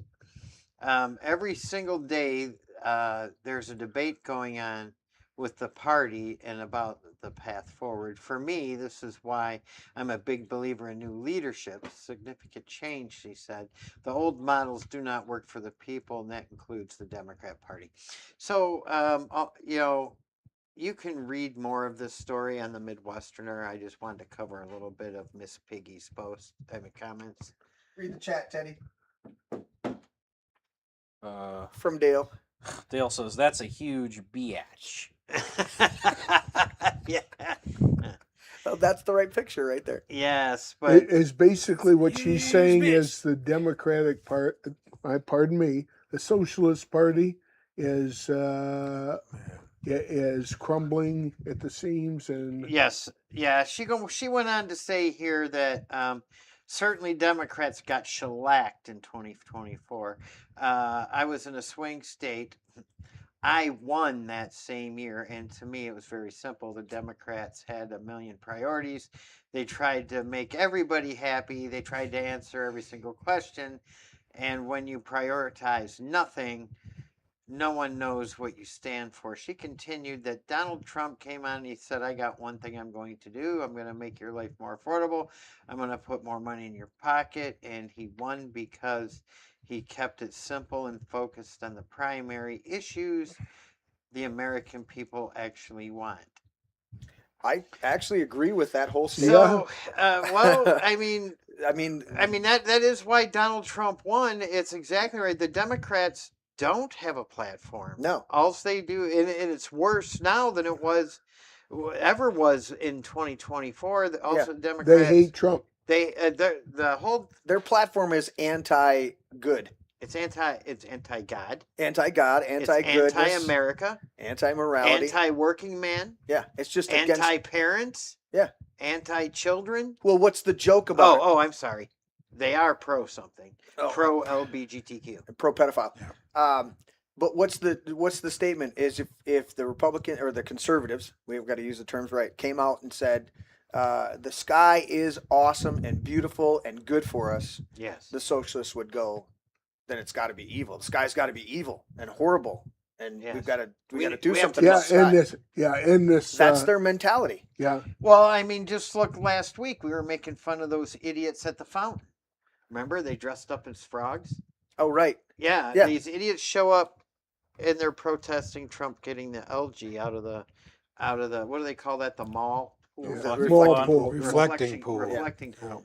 Yeah. Yeah, they- I mean, this is what these lunatics have become. Well- Think about a year ago at Floodgate Church, right? The Saggies all show up with rainbow flags, waving a 6-foot penis as children as they enter for Sunday Sunday morning school. service. Sunday. And this is Livingston County Democrats, Yeah. right? These are the type of socialist demonic people that we're dealing with. I mean, and what were they protesting for? Well, because the Co-Main Library Board moved Dirty, Nasty, Filthy Books out of the children's section and into the adult section. Yeah. And now they got signs that say protect the First Amendment, no book banning or something like that. Well, no books have been banned. They They just just got got moved into moved to the adult section. I'm pretty sure if you went into a party store and wanted to get a nudie magazine, aren't they behind a certain section? I don't even think the- they sell those things anymore, do they? I don't even know. That's why I'm throwing it. Yeah, I You, mean, you know, I was just in there the other day, and Well, I know when we used to have video stores, they used to have it behind the curtain. yeah, You had the adult section back there. yeah. with the You see- cardboard You see cover somebody over it. sneaking out from behind the curtain with something under their arm, and they look around and You guys remember years ago, it was the fear of somebody finding your video rental history. Remember that? Yeah. And then it morphed into delete my browser history. It went from your video renter history to your browser history yeah. for the porn. You don't remember those jokes? Oh no, Yeah. that's I gotta clean up my computer. That reminds me. Just make sure you write a bunch of stuff over it, they can retrieve it. Oh, Yeah. okay. I have Yeah. lots of Mustang porn. Right? Yeah, I told you- Mustangs with chromed out engines. I don't think I've said that recently, but Al would, my oldest son, when he got grounded, he would be grounded off the computer or a number of things, Yeah. right? And we'd come down, and it'd be 2 a.m, and I'd come down, I'd see the light on, and I'd come down there and I'd pop the door open. And he's either watching somebody do drum solos, or he's listening to. He's into the little Hondas and the little street race cars. Yeah. It's Fast and Furious type stuff, and he's in there listening to a motor, a VTEC or whatever it was, and I'm like, we just made a joke out of it. We're like, that's his porn. His porn was either drum kits Yes. and somebody playing really well, or I'm like, if I'd have come in there and caught him looking at chicks on there, I'd have been like, oh, it's a teenager, Boys will be But he was boys. literally, I'm like, if you're gonna circumvent your grounding, you're gonna do it watching a Honda street race at Toyota. He's like, it's cool, Dad. I'm like, all right, man, that's cool. I love it. I'll take it. I'll take that. Chrome out a big V8. Yeah, let's do this. Let's look at the latest SCOTUS rulings here as we. Is that all the? Do is that, we is that have- all the do we- lightning storm? Yeah, Larry was. Well, there. Oh, did you have another one? I thought. Oh, there's a couple more. 'Cause But you I'm had just, I just want to cover the headlines on the next. Okay. Abdul El Said defends violent rhetoric targeting Republicans. I'm not going to start the fight, but I'll end it. Yeah. Yeah, that's a nice one. Law enforcement policy experts, residents highlight consequences of the Democrats' AG candidate Eli Savitz' soft on crime policies. So, He's soft Do in you, the head. do you think the Muslims, you don't think they have a plot and a plan to overtake our society, do you? Yes. These all these We don't Islamics subscribe- getting elected or running for office, oh, they you, don't you have mean a, the religion of peace? yeah, they don't have an agenda, They're- not they're- at all. No. No. Oh, how about Mallory McGrumer vows to forge ahead in Dem primary for U.S. Senate as plotting grows against Abdul El Said. El Said. Yes. Yeah. Republicans sued Jocelyn Benson over election rules that make it easier to cheat and harder to challenge illegal votes. And back, Yes. go back a couple screens. Wait. when we- Is she running for governor and also overseeing the votes? Yes. Yes. Wow. I smell Stalin. Yeah. Yes. Well, What's Stalin say? I care not who casts the ballots. I care It's, only who counts the them. ballot. Yes. Yeah. Counts the votes. Yeah. Yep. And then we have the beautiful 10th Amendment. Oh, right. Yes. Which we'll be talking about Here in a minute. here in a minute. Yeah. But you can see all these stories and more at themidwesterner.com. There's quite a few stories there for everyone. Right. What? And we've got See, you made that announcement earlier, and I thought he's only doing one story. Okay. Yeah, That's a quick no, start. yeah, no. I was just making a point at that point, but I just wanted to cover those headlines, talk about that one story. So we're good. We can get on to the Okay. juicy well, stuff. well, you got Abdul and you see there, Abdul. and what and Oh, was that the Abdullah doctor? and Abdullah. What happened to Bill, Frank, and Jim? Yeah. For office. Dude. Pick your poison. You either get Haley Stevens or Abdul El Said. Yeah. Or Dude. Mallory McGrumer. Right? That's the new nickname. I like what Dale said last time. Whaley Stevens. Whaley Stevens, Mallory McGrumer. I thought you said Mallory McNasty. I thought that was your. No, McGrumer. Oh, Mick Groomer. I thought. Yes. All right, we got a bunch of stuff to go over on the SCOTUS rulings, but I want to go over this one real quick first. Abdul Alipid. Alapido. So exclusive.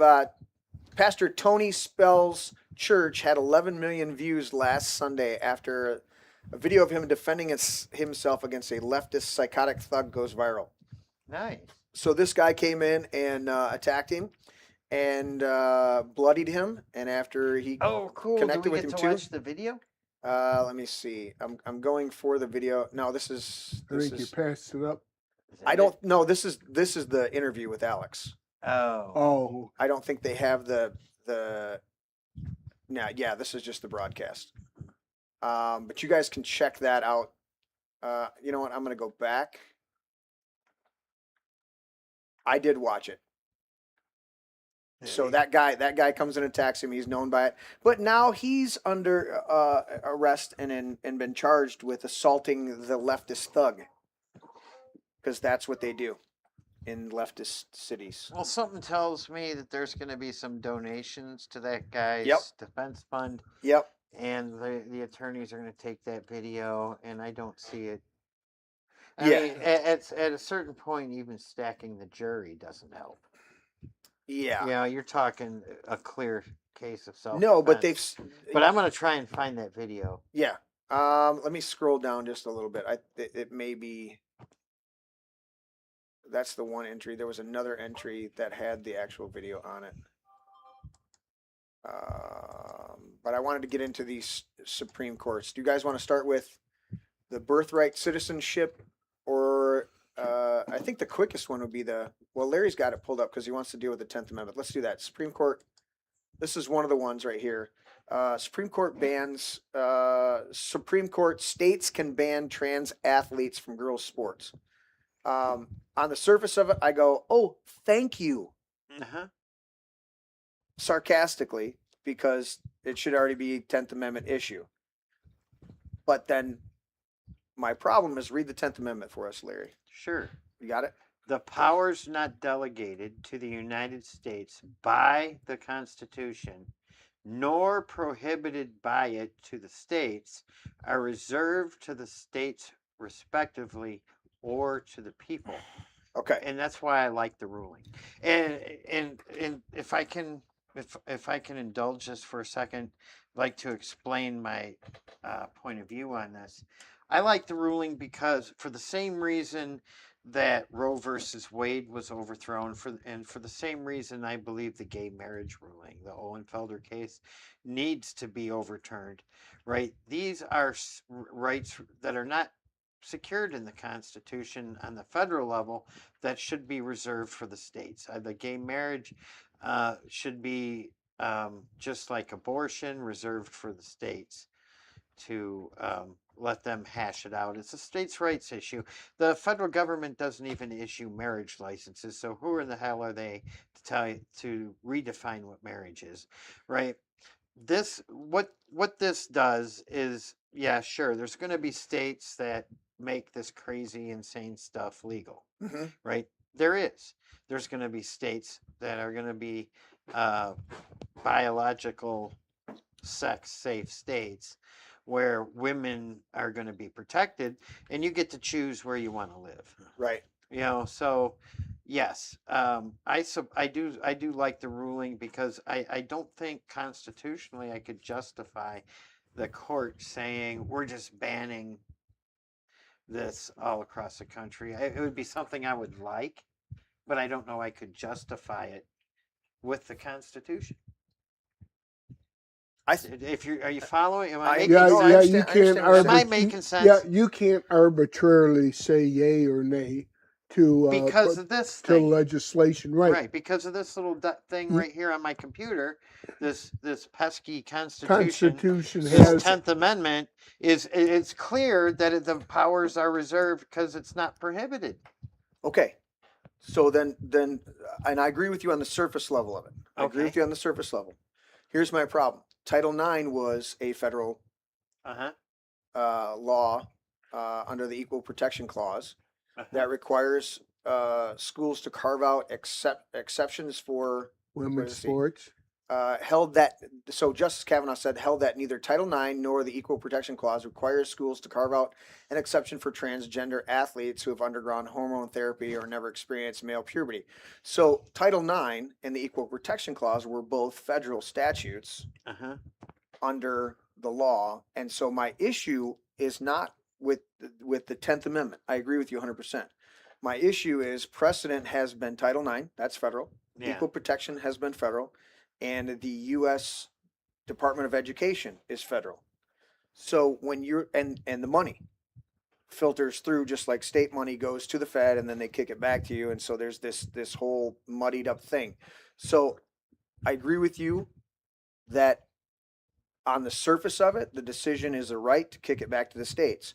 Problem is you've had Title IX, equal protection, and the U.S. Department of Education running all over local schools, no matter what they've done. In fact, this is where the reason that this case came up is because states on their own, Let me read this. Well, what would a legal expert? Here's the thing. What would a legal expert tell us when it comes to the 10th Amendment now?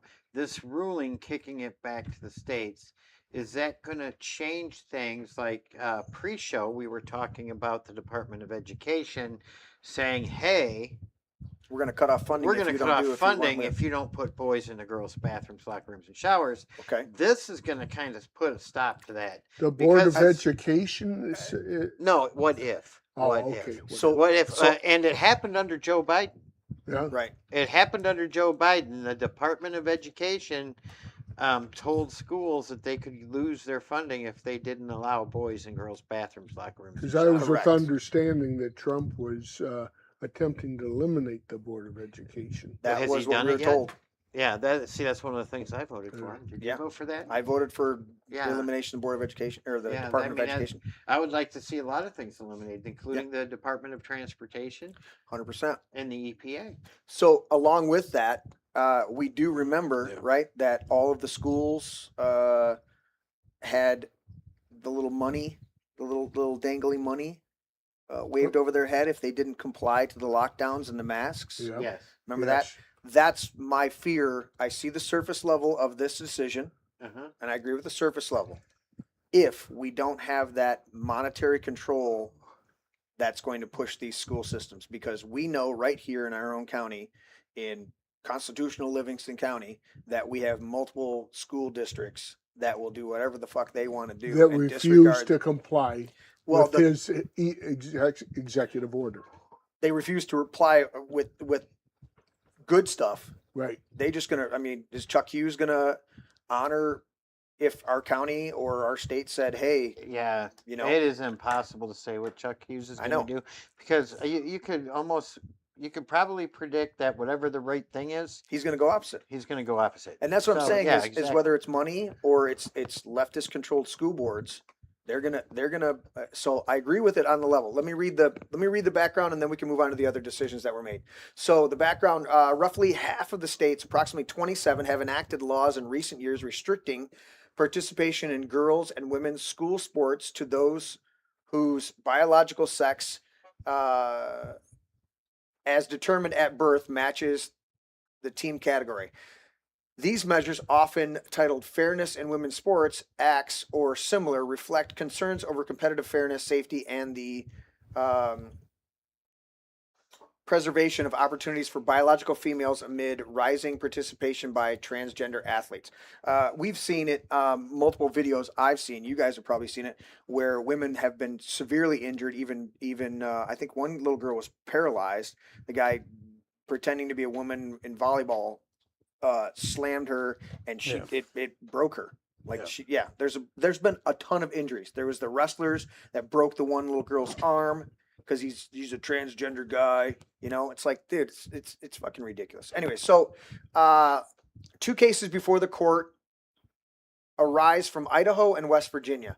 Idaho's law, enacted in 2020, categorically bars transgender girls and women from girls and women's teams in public elementary, secondary, and post-secondary schools. It defines eligibility based on biological sex and requires sex verification, often involving invasive procedures. All you have to do is a simple chromosome test. That's all you have to do. It's simple. For athletes on girls' teams, but not boys' teams. West Virginia's law, enacted in 2021, similarly requires that participants on the teams designated for girls or boys be based on biological sex. This Lindsay Hecox, that's a great name, a biological male, challenged Idaho's. So Lindsay Hecox. Did you come up with that fucking name on your own? What? Lindsay Hecox. Come on. A biological male challenged Idaho's. You can't make this shit up. Lindsay Hecox from Idaho, Idaho. challenged Idaho's law after seeking to compete on the Boise State University track team. Because you're a fucking pathetic loser who wanted to beat girls. That's why you challenged the law. Hecox's lawsuit alleged violations of the Equal Protection Clause of the 14th Amendment, claiming the law discriminates on the basis of sex and transgender status imposes unequal verification burdens. You're a dude. Stop fucking pretending. BPJ.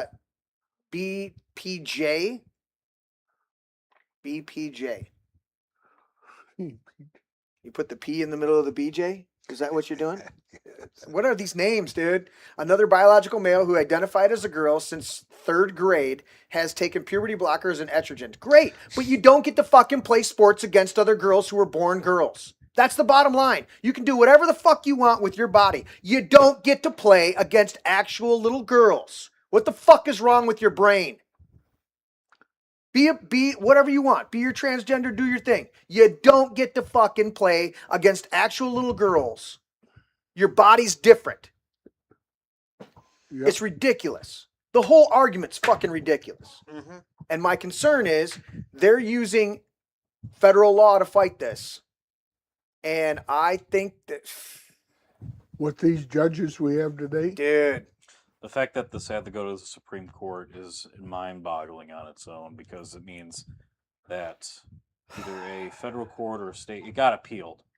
So either they're really persistent in getting this to the Supreme Court, or a lower court or federal court sided with this argument. no, that's what it was. The lower court sided with these whack jobs all the way up to the Supreme. That's the only reason it went to Supreme Court. Yeah. Because if the states would have won, it would have wouldn't have gone. it would have gone anywhere. But they kept the states lost in all these lower courts until they got to justice. So on that level, I agree with you 100%, Larry, that ruling's good.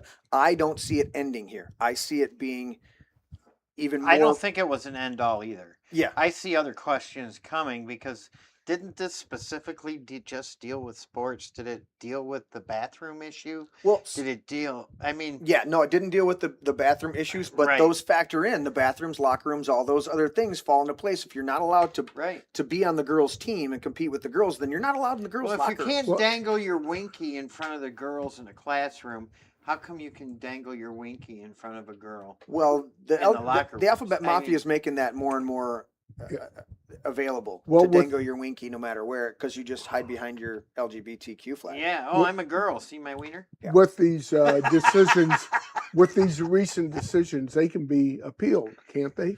Not this particular one with the Supreme Court. They would have to No, bring a they're different done. Yeah. a lawsuit to it. Here's my problem with this is, and this may be part of the challenge. These were brought by 2 different whack jobs, okay, against Idaho and West Virginia.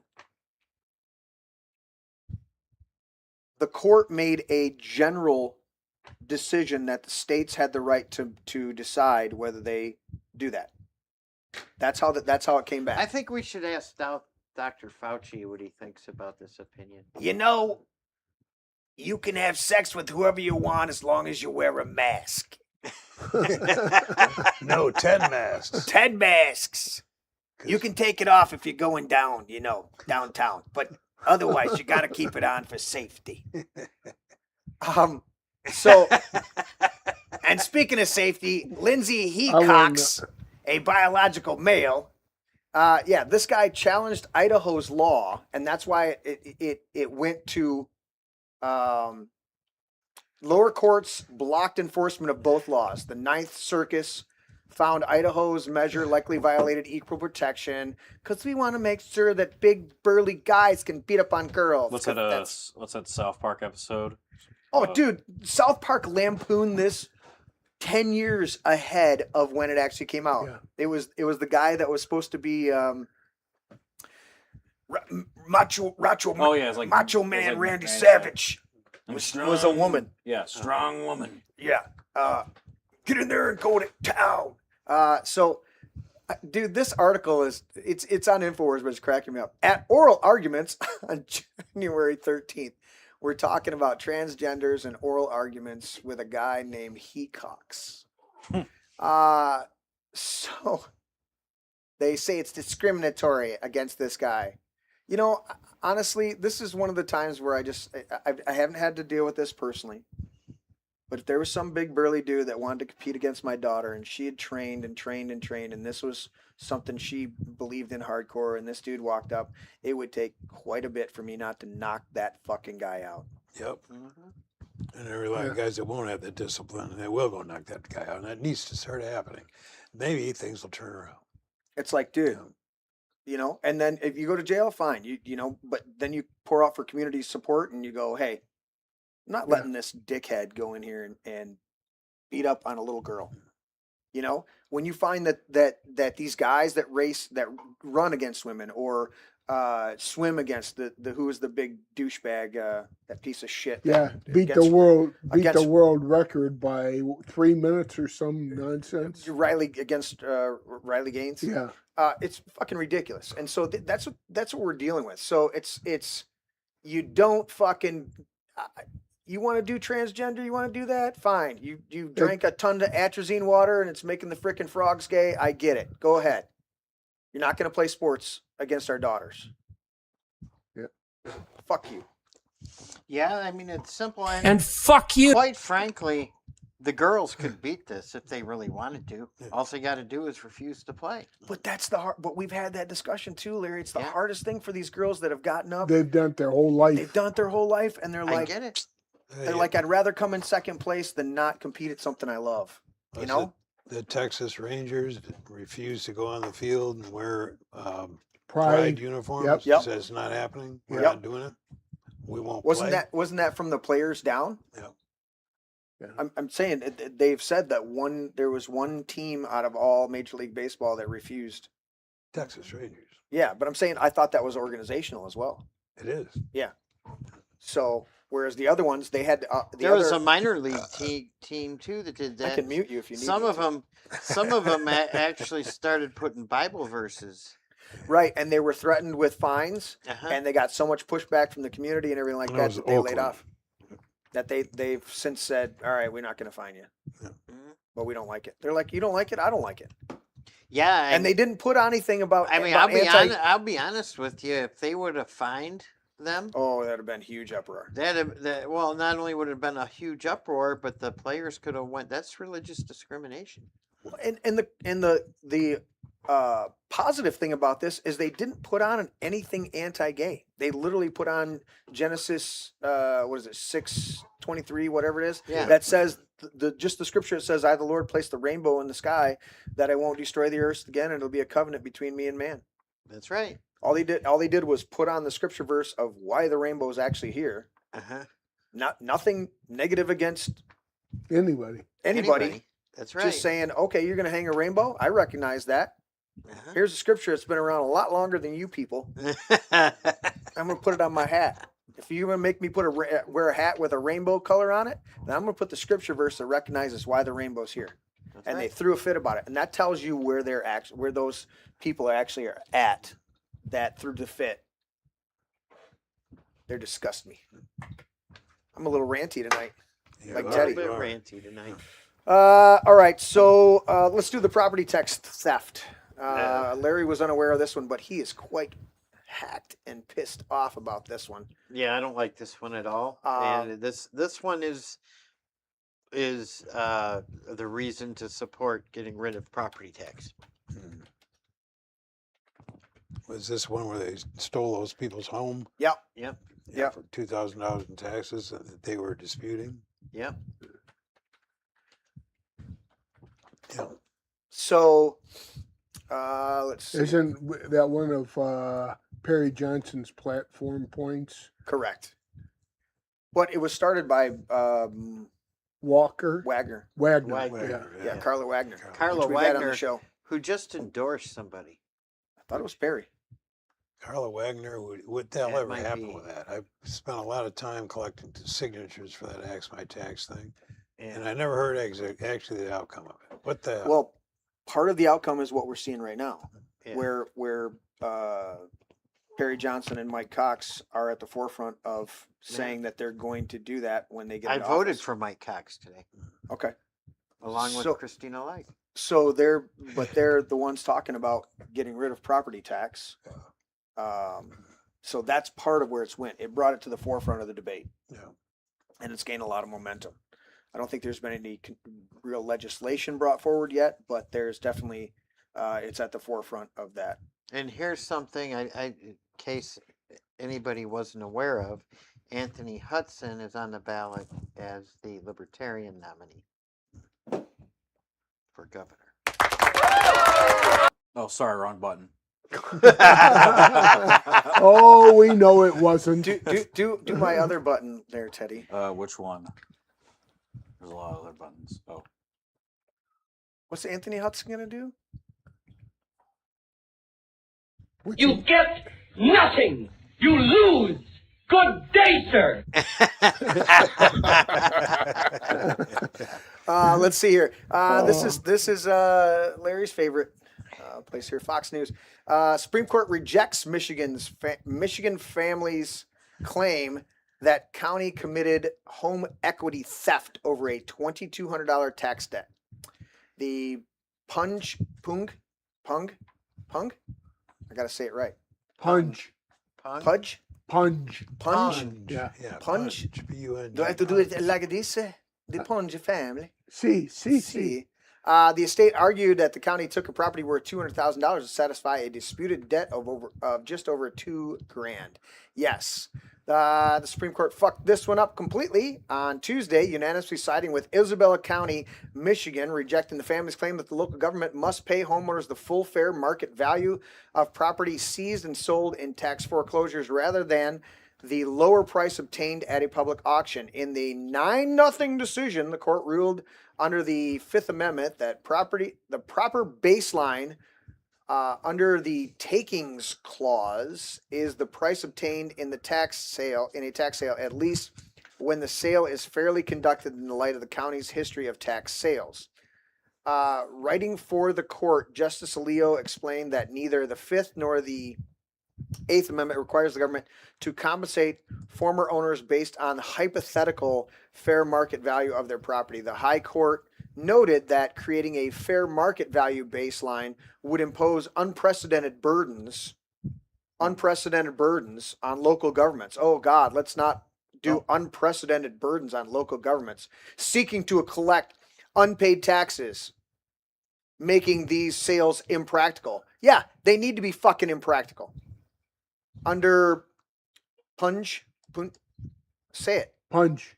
Rule, a tax sale to collect $20,000 in delinquent taxes would net the government a $20,000 loss, a loss paid out to the delinquent taxpayer himself. Alito continued. That doesn't even make sense. The possibility of such a perverse result would render tax sales infeasible as a debt collection mechanism. So he's saying that if a property wasn't worth what was owed in taxes, that it would be an undue burden on the county to try to get the fair market value and then have to pay it out. It's bullshit. So let's look at this. The ruling comes amid a decade-long legal battle between Isabella County and the family over what they called home equity theft. Isabella County foreclosed on the family's 3,000 square foot home over a disputed $2,241.93 tax bill stemming from a revoked principal residence exemption. This was not that they refused to pay the taxes. This was a dispute between the county. Okay. As to the value of the home. No, it's principal resident exemption.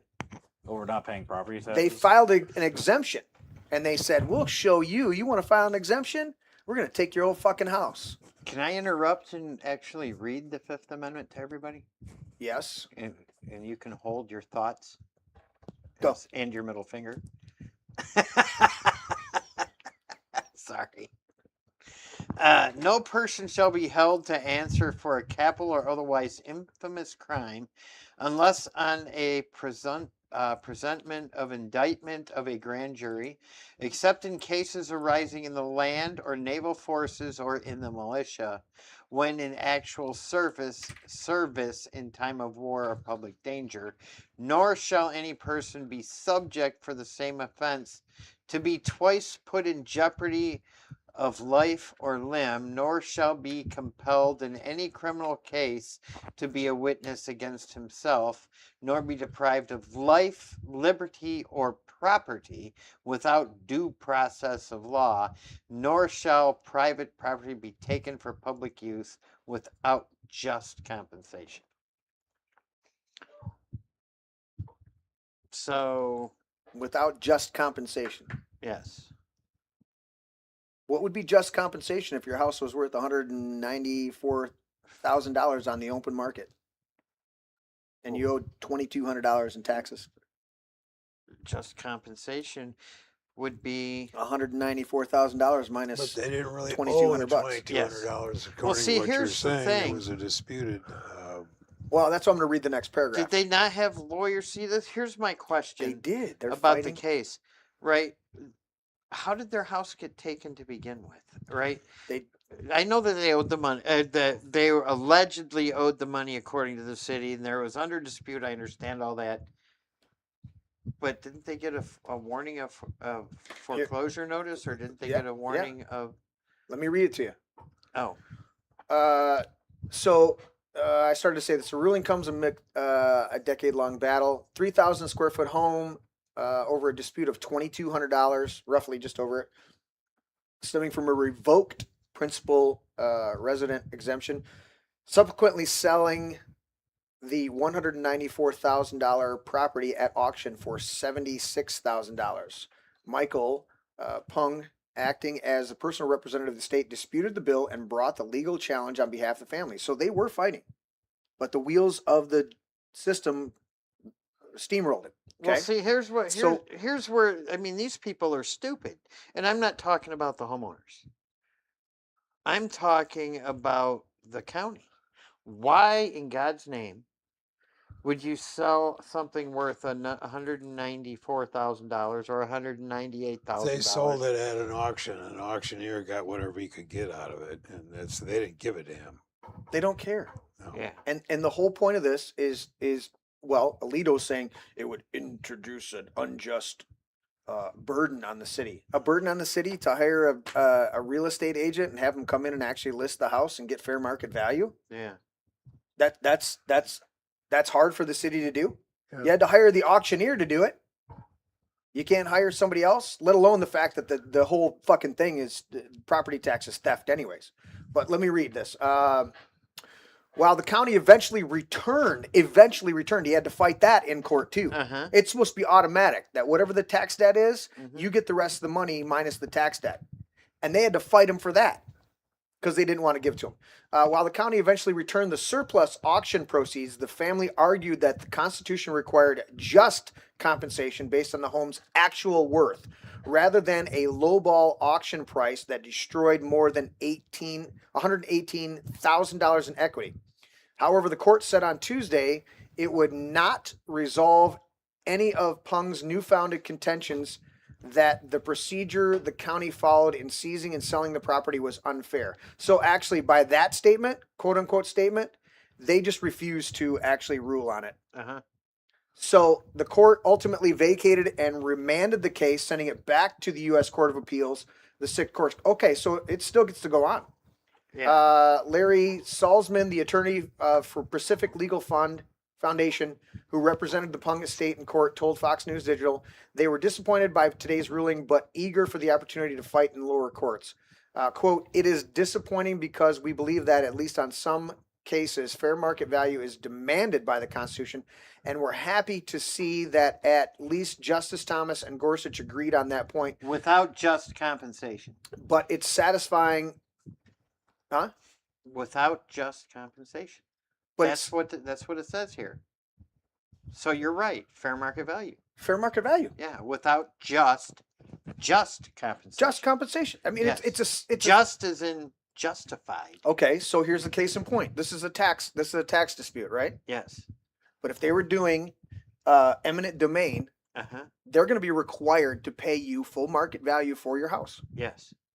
Unless you negotiate a lower deal, which you're not going to do, they're required to pay you fair market value for your property if they What- come in under. Do we know what kind eminent of domain. exemption that they had? Do we? I don't is know. the guy ex-military? I mean, don't- how many exemptions are there? Does anybody even know? I'd have to look this one up. What is it? What is it? It says we can look this up. Yeah. Principal resident exemption. Principal resident exemption. I know. I don't want to say it, but there's the if you're a fully Veteran disabled thing, you know. veteran, Yeah. you file your That's- exemption each year. You don't pay property if, taxes. yeah. If they took a house from a disabled veteran over this, I think this might be primary resident. Yeah, I think they would mention it if it was Yeah, yeah. the case. yeah. You So know, here's- here's. I mean, as far as I'm concerned, it's a slam dunk. Right, County owes the money. Pay up. 100%.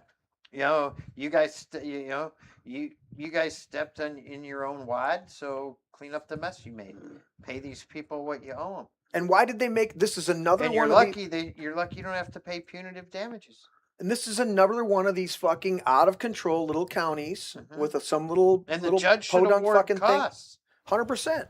The judge should also award costs. I agree with you 100%. And this is another little county that thinks they can just run over, you know, the people that actually make the county work. I was divided. You know, I was on the fence, Joe. When I walked in this building today, Yeah, I was on the fence on the property tax thing. Right? I was. yeah. You know, I see the argument on both points. But now because of this case, property tax has to go. It's got to go. It's got to go.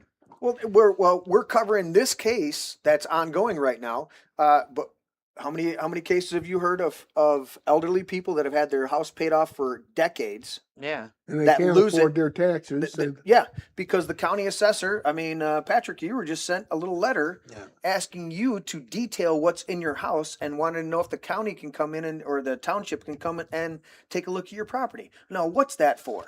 Do you think that's because they want to give you a tax break? No, they want to see what they can do to raise their. They want they want to know what's in your house, Yep, they sent me this like question. a piano, question. a couch. No, they want to know No, what they kind of wanna floors talk do I about- have? You know, what Yeah. kind of appliances that I Kitchen, have. Right, yeah. bathrooms. Because he hasn't made any actual improvements to the property because they can look through the records to see if he's pulled permits. Yeah.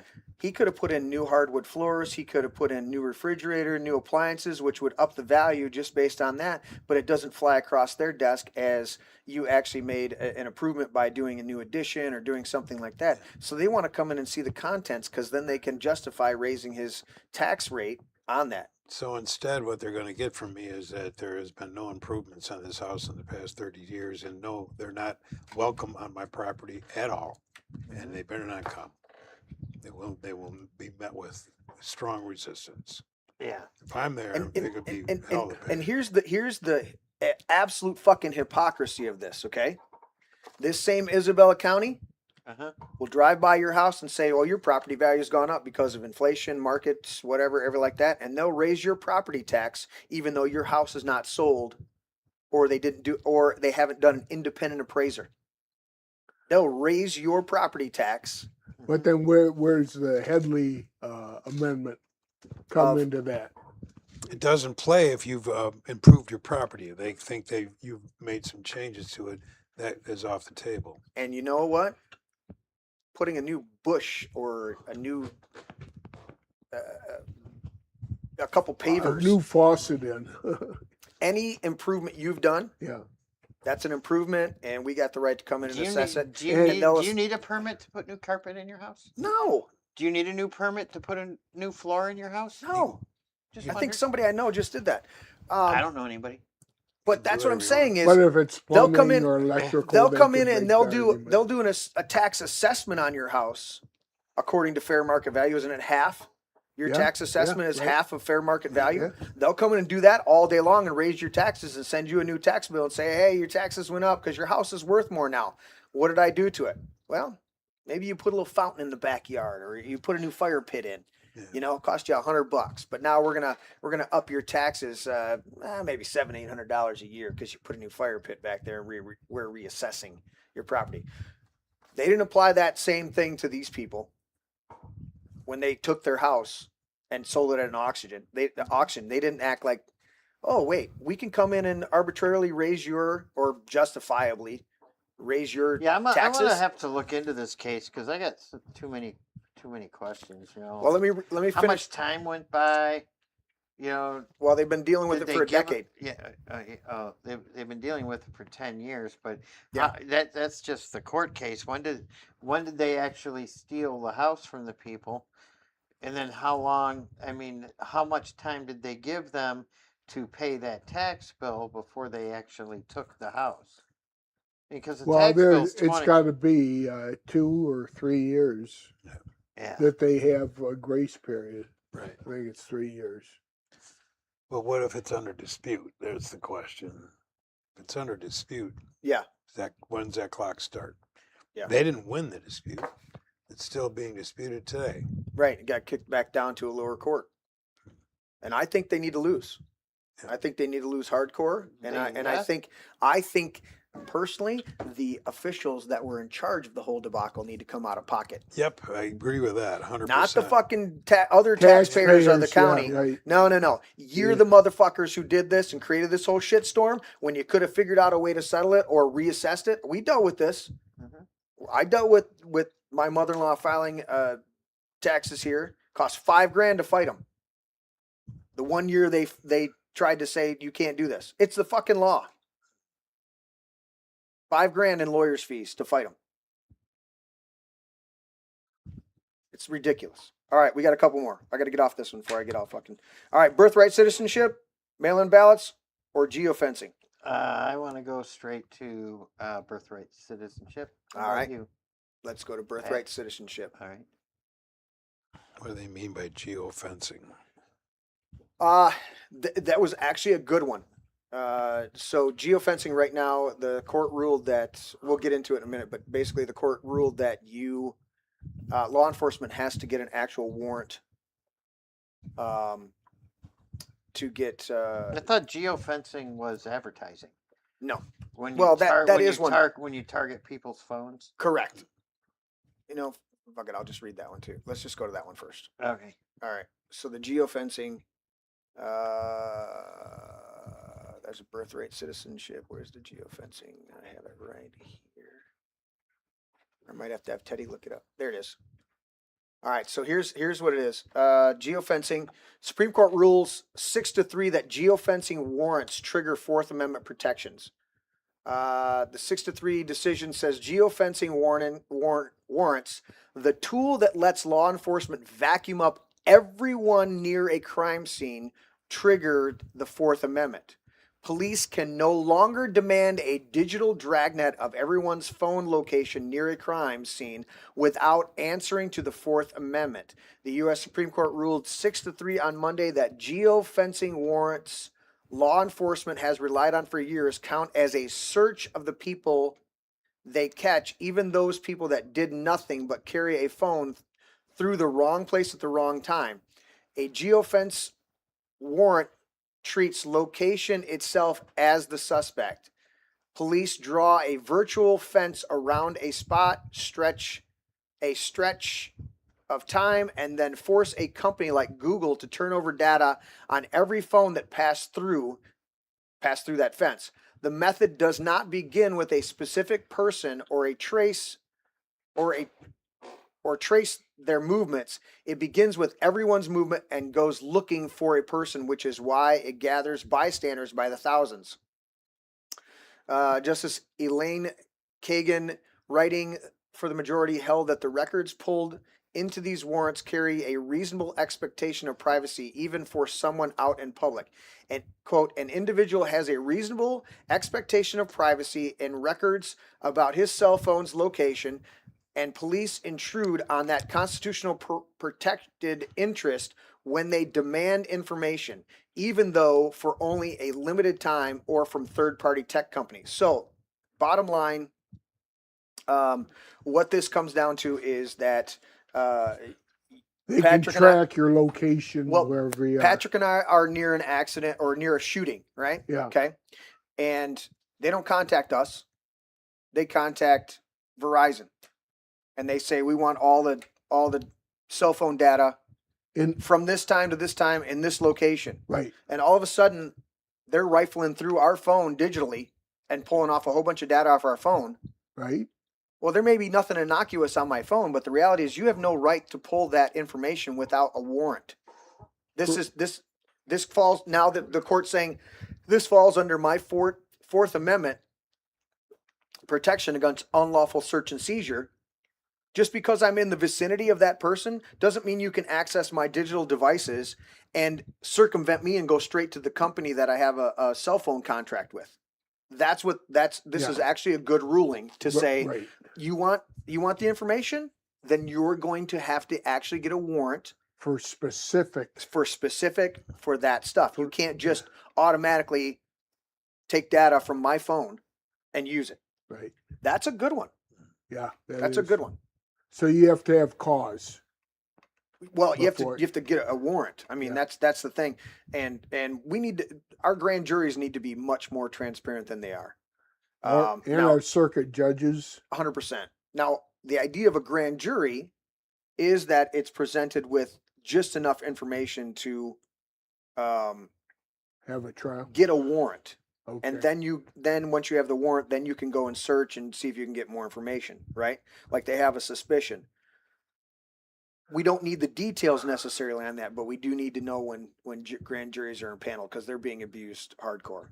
Grand juries, frequently, the government does not give all the information. They give enough information to get the warrant, and there's other information a lot of times that could exonerate the same person that they're trying to get in. Well, grand juries are not shown anything that could exonerate someone. That's not their function.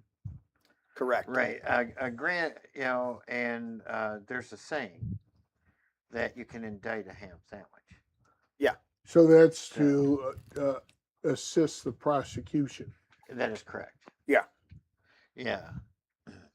Yeah. There's the grand jury is shown the prosecution's or the police officers' evidence only, Right. Right. Okay. and to say, hey, do you think we have a case here? Yeah. All right. So See, let's, what? No, that's Yeah. good. I wasn't aware of that. Yeah, that was a good ruling today. Yeah. We're doing with good rulings and bad rulings. All right, birthright, the right wing, I don't know if I want to go to this one because of the title. The right up, wing Sean? reacts to birthright citizenship ruling. All fertile female foreigners can manufacture U.S. citizenship based solely on their location during childbirth. That's the subtitle there.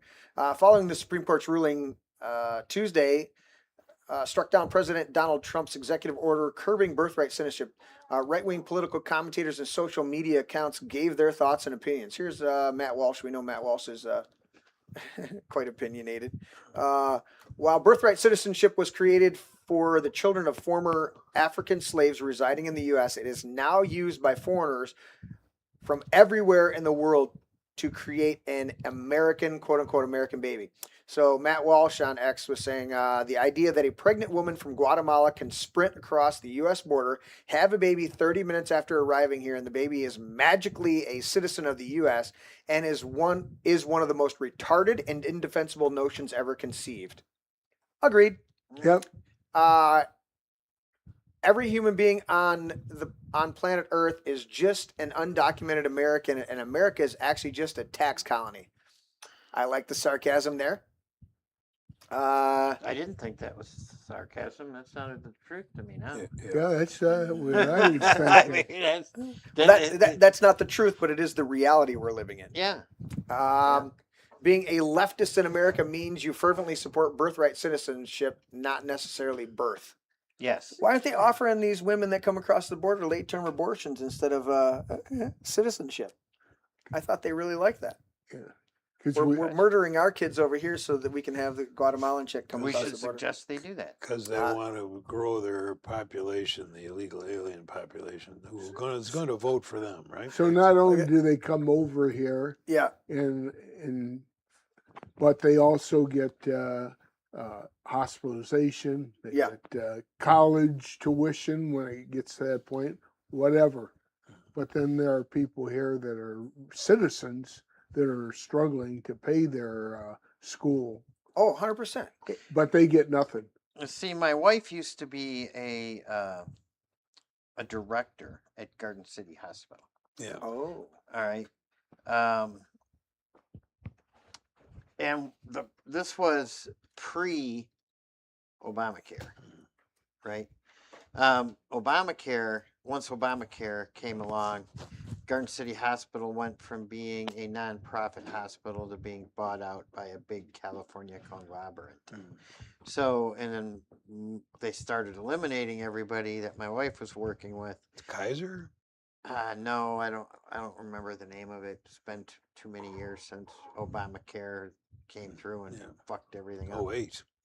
Yeah. So, but anyways, the big problem my wife was having was that there was women flying in from the Middle East. So they would come in, they'd fly in on Monday, have a baby on Wednesday, then fly home on Friday. While the staff at the hospital submitted documentations for Medicaid to cover the birth. So, and I have a problem with that. Yeah. That sounds like fraud, Larry. I'm just going on a limb there. Yeah. So, I mean, if you go back and you look at the two senators that pushed for the 14th Amendment, that wrote it, that got up and stood up in front of the Senate and pushed it, got it passed, right? They were clear and said quite clearly that this did not include illegal aliens. So the Supreme Court got this one wrong, and they got it wrong miserably.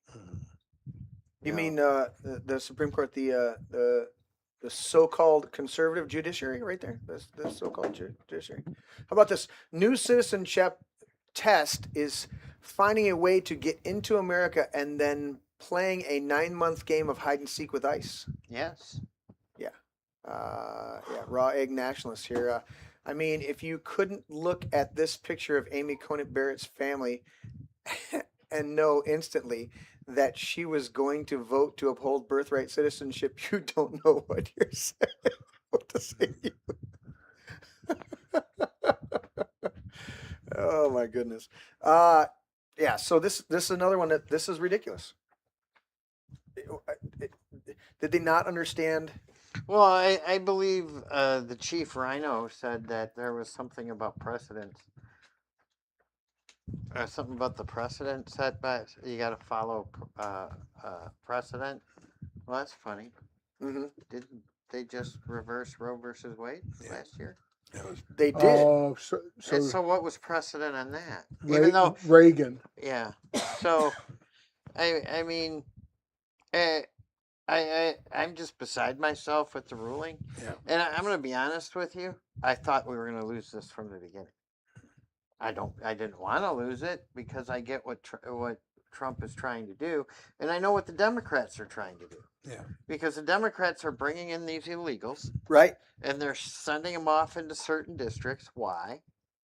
Because during the census, there's something else we do that's stupid in this country. Yeah. Is they count the illegals in the census. Yeah. Right? And they say, oh, the population's growing over there. They need another congressman. Yeah. And you got a Democrat area with Democrat voters. They have all those illegals in there that just got counted in the census. They get another Democrat congressman in there. And that's the whole reason that Democrats Want had the open illegals. borders. Democrats don't give a flying fuck about the American people. Not at all. And they never They do have. not, They right. never have because we know the 3/5 clause Uh-huh. of that. The Republicans and the party before that were always railed on and vilified. Oh, you only count them as 3/5 of a person. Yeah, that was the compromise that they had to make with the Democrats, who wanted to count them as full people for representative status, but not give them a right to vote. And they said, if you're not going to give them the right to vote, then we're not counting them as a whole person. Yeah, but did that Yeah, have I to just do with read apportionment of about that. taxes or something? It had to do with the whole thing, but Yeah. it's the same thing. Is they used the black slaves and they wanted to count all of the black slaves as population in the census so they could get seats of representation, but they refused to give them the right to vote in that. They're doing the same thing with all the illegals to get seats What was it? And 4/5 of a person? 3/5. 3/5 compromise.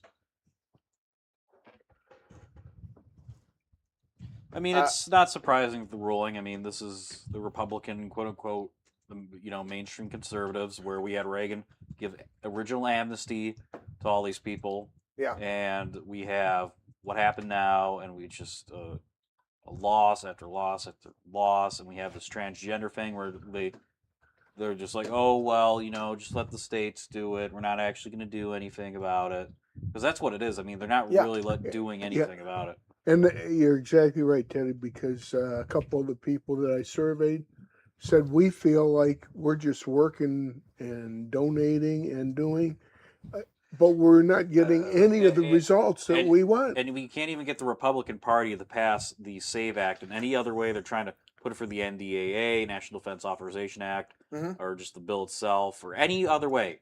We have the Republicans that will just still vote against voter ID. Right. Simple voter ID. Simple voter ID.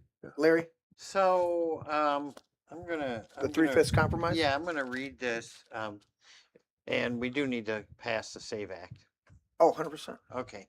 Oh, really? So, it says, because I said, did the Constitution say black people were 3/5 of a person? That's the question I asked.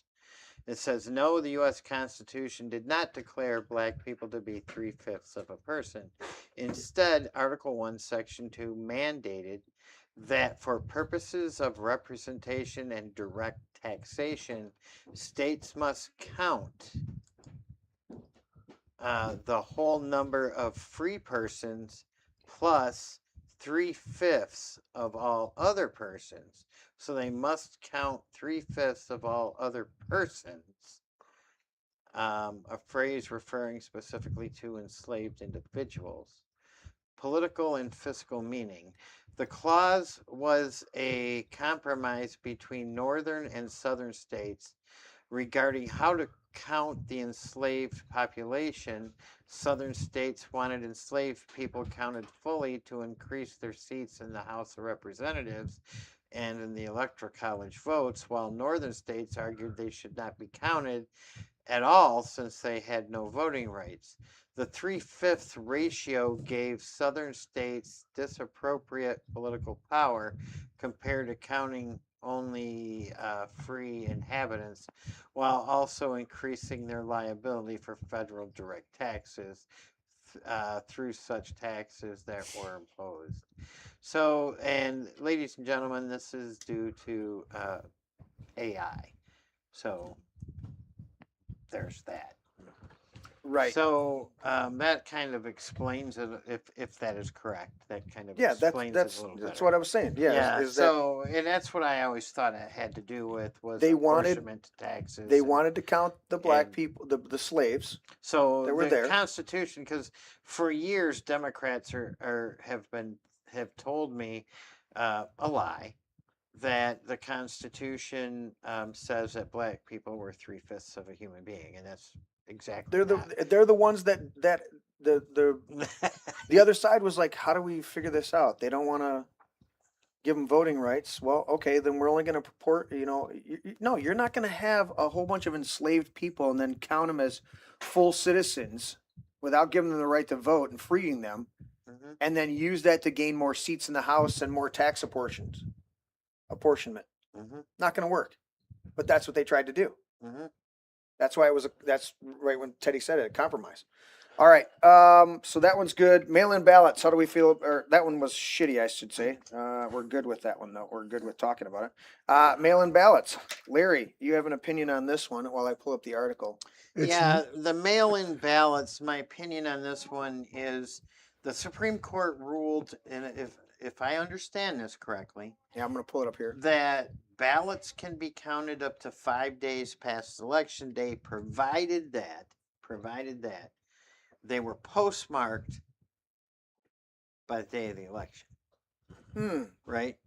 Now, We know that they Let's never put- cheat with that, right? oh God, they definitely cheat with it. Now, but Oh, okay. but Just check. but do I have a problem with counting? Okay, well, you know what? I don't mail my ballots, so I let them mail the ballot to me. I voted yesterday. The same day I got it, I grabbed it, voted it, put it in the envelope, and signed it. Right? I don't mess around with that. It's boom, boom, boom. Right? Today, my wife took it, handed it to the clerk. All right? Either that, or I will take it. Like I could take it next week because I'm off. I could get up Monday morning, go take it to the clerk. You know, that's how I do it. You know, You can also carry it into the polling place. I can, but my problem is that I work in the asphalt business, Yeah. and on August 4th, I'm going to have to work. I'm just saying that's And an option. it happened one time in my life. One time in my life, I missed a primary vote because I pulled up at 8:05. Oh, yeah. Right? But yet they left the, there were students at 2 a.m. at University of Michigan field house. Yeah, but They I'm were- not a Democrat. Yeah, right. So since I'm not a Democrat, I don't get- I can't vote after Yeah. after 8 p.m. So you know, I missed that one, and ever since I missed that one, I just went up and told them, "Hey, I'm a truck driver. I travel for work." Total truth. Yep. Right? And I said I need an absentee ballot to make sure I don't miss elections. And so for years now, they have been sending them to me in the mail, and either myself or my wife turns them in before election day. Makes sense. All right, let's read this. This is the AI summary. Supreme Court ruled 5-4 that states may count mail-in ballots received after Election Day if they were postmarked by Election Day, rejecting a Trump-led challenge to Mississippi's 5-day grace period.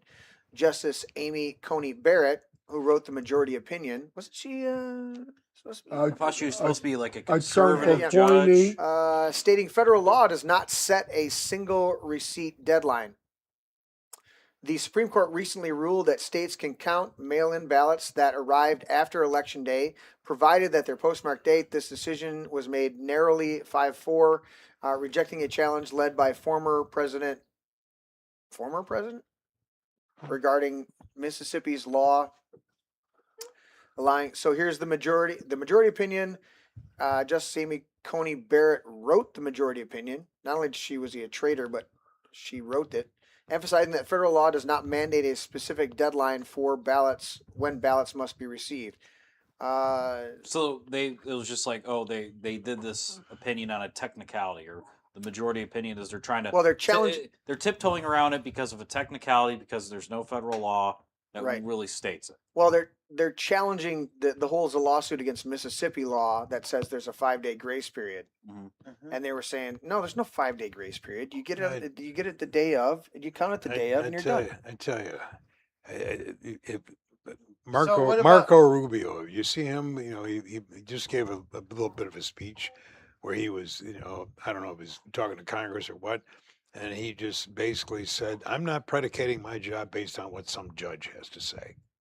I'm going to do what I need to do for the protection of this country. Yeah, And if well, a judge got a problem with it, that's their problem. Yeah. I'm not making any decisions based on them, period. Now, he gets voted in. Next, he's going to tell Amy Coney Barrett, you know what? Stick it in your ass. Fuck off. Okay? I'd like to see that. Okay? Well, I'd like to see what, you know. See, I didn't know Rubio had it in him. Well, that's why we like Teddy quoting the Andrew Jackson. the Andrew Jackson quote. They've Yeah. made their ruling. Let's see them enforce it. What armored divisions or arms or forces can the Supreme Court muster, or is it just a few people in robes that write an opinion on something? Yeah, exactly. All right, so the dissenting opinion on this was that Justice Samuel Alito, along with 3 other justices, dissented, arguing that accepting late ballots could undermine election integrity and create confusion. No shit, Sherlock. Pretty straightforward. But if Well, the you know- save Well, Am- see that's the thing here. I mean, both. I mean, I understand that too. but if the Save Act is passed, Yeah, doesn't that negate it? I think so. I It mean, could if the here's the Republicans would vote question. for it. Here's the question. On say there's somebody out there that doesn't vote like me. that they believe and they trust in the U.S. Post Office. And they fill retarded. out their ballot, and then they put it back in the mailbox, and the postal dude grabs their ballot, and gosh darn it, it got lost in the mail. Well, they found boxes of Yes. ballots at the post office. Yeah. Oh no, those were only Republican votes. Yeah. Right. See, Plus, you misgendered, Larry. It may not be a dude picking up the mail. It might be She. a she, a he-cox. a hecox. A Lindsay Hecox. No, could a be. shecock. No, it's a Hecox. Lindsay Hecox was the one that brought the. Yeah. The Yeah. fuck is, dude? I can't get over that. I mean, isn't that what a transgender woman is? A shecock? Well, I guess so. Lindsay Hecox. Did you guys see this at all? Did you see that they were doing actually MKUltra hearings today in the state? I'm kind of disappointed though in the show today Why? because we didn't have any stories about Michigan Attorney General Dana Nessel. Well, whose fault is that? Who provides all the stories about? Yeah, I don't go to my way to find that stupid bitch. So I don't know what you're Well, doing. yeah, but we have to give our disclaimer when we talk about her. Do you want to give it to Larry? Do you want to give it the disclaimer? No, because we're not talking about her. Okay. Well, we're talking about her right now, aren't we? We're talking about not talking about her, so we're technically talking about her. Yeah, it is tranny month. Look at this. Representative Luna, Anna Polina Luna, hearing exposes MKUltra mind control program. They were grilling. If you guys haven't seen this, go ahead and look it up on your own. They were grilling the hell out of these people. And over MKUltra, it's an old CIA program of mind control. And it was, let's see, Project MKUltra was not a policy failure or an overzealous program that got out of hand. It was a deliberate, systematic governmental operation that subjected American citizens, prisoners, hospital patients, veterans, ordinary people to LSD, electroshock, hypnosis, sensory deprivation, psychological torture without their knowledge or consent. Representative Luna underscored the involvement of Dr. Sidney Gottlieb, who one witness referred to as the Black Sorcerer, and highlighted how the CIA had later ordered MKUltra documents to be destroyed. That is until an archivist in 1977 came across 7 boxes of the program's financial records that survived a fire and had been misfiled. So yeah, you want to check that out. MKUltra's been around for a long time. Yeah, and I wanted to ask you, Jeremy, I forgot to bring this up. What's that? Have we talked about a lawsuit being dropped against Mike Lindell? Oh, we did not. That's a good one. Yeah, good. Yeah. Yeah. Was it Dominion or was it the other one? I'm not No, sure. I think it was Dominion. I thought it was. Dominion? Dominion had to drop their, well, had to. They dropped their lawsuit because they're being sued on multiple fronts and they're losing. Well, I thought a company bought Dominion. Yeah, that's why I was trying to figure out. There's Dominion and there's the other one. Smartmatic. Smartmatic. One of them is getting bought out and the other one lost. Or maybe it's vice versa. I didn't look that up for tonight's show. Yeah. But you're right. Yeah, they dropped the Mike Lindell. Maybe look it up one of you or something like that. I got one more story that I'm going to do, and then we can wrap up the show. We got 4 minutes to. Well, 11 Lindell o'clock. TV, here's a tweet Donald Trump put out. Okay. And it says, breaking Dominion voting drops lawsuit against Mike Lindell. Yeah. The company formerly known as Dominion Voting System, So it was Dominion, yeah. now opening as Liberty Vote, has agreed to dismiss. I know, don't you love it? Wait, that Affordable Care Act, the Patriot Act, Liberty Vote. Well, they're passing a new act, the Kids Act, which seeks to have digital verification for most social media or internet usage. That's unconstitutional. That's unconstitutional, man. I don't have to show my ID when I Dismiss vote, but I do if I $1.3 get online. Yeah. $1 million defamation lawsuit against Mike Lindell and MyPillow with prejudice, meaning the case cannot be refiled. But that's not the only bombshell.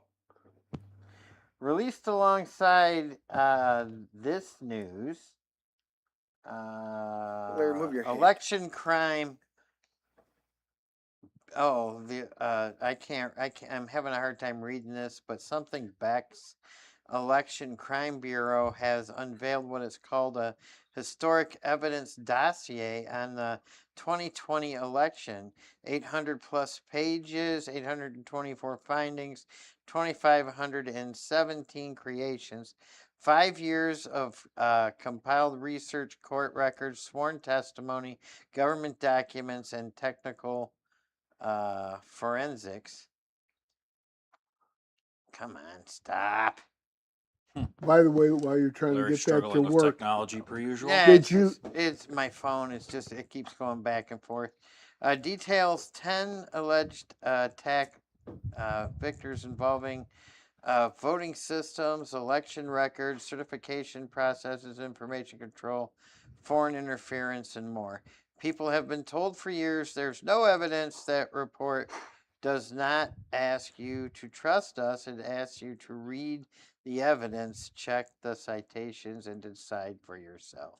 and does Pat Colbeck have the evidence? I've seen his charts and Yeah. Between him and Darleaf and a whole bunch of other people. Yeah. Out there, a ton of them. and he works for Mike Lindell. Yeah. Who He's, does? Colbeck. Oh, I didn't know that. Yeah, he's on Yeah. his staff. Here's one of my final things for tonight. I like Pat. Yeah, he's Pat's a real good guy. He is the best. I haven't seen him in forever. Yeah, he's working for Mike. He's probably out there in Minnesota. Is he Minnesota. still He's here? out there in no, Minnesota. he's still in Michigan, but he gets He around. travels there to travels Minnesota. up. Yeah, sometimes you got to fly to Minnesota. You got to get out there and Mhm. around the lakes and stuff there. At Minnesota or Canada? Because I hear a Canadian draw there. No, you haven't been to. Go watch the movie Fargo. No, yeah, that's right. Yeah, go watch that movie It's there. like talking to a Canadian. Yeah. Look at this, guys. Sony deletes 551 Studio Canal movies from the PlayStation. From PlayStation owners paid for. Wow. Ownership is slowly moving onto servers a few companies control, and the storefront hasn't admitted it yet. The word buy might still sit on the button, but the definition of what that means keeps getting thinner. Sony plans. That's what if is. Correct. That's because you didn't read the words on the fine print when Correct. you signed up for that stuff. Sony plans to wipe out 551 movies and TV shows from PlayStation Store libraries of customers who paid full price for them. The deletion is coming September 1st, and so far the company has said nothing about giving anyone their money back. Titles such as Terminator 2, Total Recall, Rambo First Blood, The Deer Hunter, Bridget Jones' Diary, From Dusk Till Dawn, Cliffhanger. You hit the buy button. Here's what it says right here. Previously purchased $7.535 billion 2025 profit. But Sony are quietly happy to shaft customers by giving half the chance. Shaft the customers given half a chance. As of September 1, 2026, due to our content licensing agreement, you will no longer be able to watch any of your previously purchased Studio Canal content, and the content will be removed from your video library. Sorry, PlayStation has no limits. Nobody rented these movies. The store put a buy button next to them, charged full retail price, and drop them into your library to call it your own, and Sony can empty your library the moment a contract somewhere upstream changes in the terms of services you scrolled past on first boot already say you agreed to this. So when's the lawsuit going to happen where they get sued the fuck over in a huge lawsuit because you've got all these customers that paid for that content? Well, that's why you have to read the 3 million pages Yeah. before you click Yeah, agree. right. Because it's going to end up on Amy Comey Barrett's desk, and she's going to side with them. So it doesn't matter. Yeah. Should know Who's black? Amy Comey Barrett will probably say actually you don't own any. You can't actually own any movie if it's on DVD, VHS, or online. Yeah. So I will tell you guys right now. Amy Comey Barrett will say, "Hold on a minute, let me ask my Democrat colleagues, and I'll be right back." Or it's public domain and you can get it. Yeah, let me access to see. it. Do I have a movie shot? I'm trying to think if I have a movie This shot. just proves for the record that while they're trying to move more and more digital, like getting media digitally, the best thing to do is always get a DVD. DVDs are a lot cheaper than they were nowadays. Well, DVDs. That's what I was going to go to the. Well, I buy the Blu-rays. I don't like. no, yeah, you know, it's you know what I just mean. potato, That's potato, Larry. Yeah, Blu-ray. But I was going to show you. So over Larry's shoulder, right there, right by the number 35, The Gay Fish. there is an entire library of movies. When I like a movie, I go and buy the physical copy. Is that Debbie Does Dallas? No, Larry, it's not your collection. This is my collection. I don't have that. So that's just another thing No, that they're it's doing out there. Holly Does Houston. Yeah. Oh. It's the fine print. It's what government and corporations Do are people always. actually pay for that stuff anymore? Boy, for what? you know, I'm be getting calls from women called Oh, Holly. dude. Just a No, fun fact. no just, offense, just, just to clear the. just a fun fact for you deck. guys. You can use your PlayStation or Xbox to load up movie disc, both regular and Blu-ray. So If you own the physical if discs. you Yeah. own the disc, you can still That's use why that. I refuse to. I think I have 3 movies in my digital catalog that I don't have a physical copy for. But I that's did- because I got them free. I did learn Oh, you that. did. Yeah. I did learn that if you play on PlayStation 5, that if you play Grand Theft Auto 5, that you can drive to a strip bar, go inside, and pay the girl to strip. Such high level I'm family surprised quality games. Larry's going to be the first one to get GTA 6 when it comes out. Of course. No, I won't. And then yeah. I always wait. I just bought a PlayStation 5. No, did you? I don't even have that. Yeah, that's Well, you you're know, not I Larry. got I- tired of waiting for the price to come down, and I decided, well, I don't think I'm going to buy one then, and I walked into Best Buy, What- and they had an open box that somebody bought and returned. Nice. What game did you play? Actually, on PlayStation 5, I play Grand Theft Auto 5, and there's That makes sense. there's a couple more games that I play I on there. imagine like, Mostly, I'm still, I'm still doing most of, PlayStation I 3. imagine if I'm on a GTA Online, I get just like killed. I just hear Larry like talking to Mike. That's what you get, libtard. All right, Pat, you already signed. Give me your final thought, my friend. Well, I'm just disappointed, and I consistently am disappointed with our government, with Donald Trump. I mean, I supported the hell out of the guy because I thought that things were really going to change, and they started to on the onset, and it's just fizzled back into the same old Republican do-nothing crap. And so it's seriously disappointing. Do you go to Costco, by the way? I do not. You do not? Okay. Because isn't there a Costco in Grand Blanc? A new one by Yes, the there is. freeway? Yep. Yeah. I got gas there over the weekend. How much was it? $3.66. Cool. At any rate, it is more encumbered by the fact that we have a judicial system that's consistently getting in the way of the I love your signature. executive branch and what they're trying to do. And I was always and that's what Marco Rubio said in his little speech, separation of powers. Right. No damn judge is going to tell me what I can do, period. And you know what? I'd like to see him get into office and take over after Trump, because he's going to do the Jacksonian thing. Say, yeah, fuck you. You made a decision, now you enforce it. Oh, you don't have the power to do that? I'll go home to your family and kids and cry about it, because we're moving on. Let me ask you, has Rubio illustrated, or can you give other examples of where he stood firm and cause you to feel like he's somebody you could really put your... He doesn't take your shit head- from anybody. See, And I see him as soft-spoken. And Yes. yeah. He's very soft-spoken, but he's very to the point, and he doesn't get knocked off his foundation. I have to At pay all. more attention because I kind of take him that he's just soft. It's the soft-spoken guy that doesn't say a whole lot is the one you need to watch out for. Yeah. You know? Yeah. So, All right, Larry. I'm going to keep it real short. I think it's time for a constitutional convention to fix the 14th Amendment. yeah.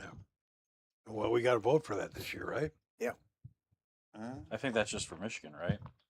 Yes. What? Yeah. Constitutional Yeah, that's Convention. just Michigan. We vote for the Constitutional Convention every 16 years. Something like that.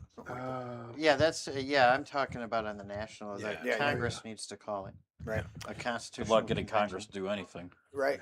It's black pill, Teddy. Go, Joe. Well, it's a hoot being on this podcast with y'all. I really appreciate it, and We love having you. and I think I share Patrick's sentiments that it's so discouraging that there are so many people that have put their heart and soul into the political system, trusting that it'll serve them well, Yeah. and all we've gotten is acid thrown in our face. It's very And my other thought is going back to what we talked about. If there was a way where we could just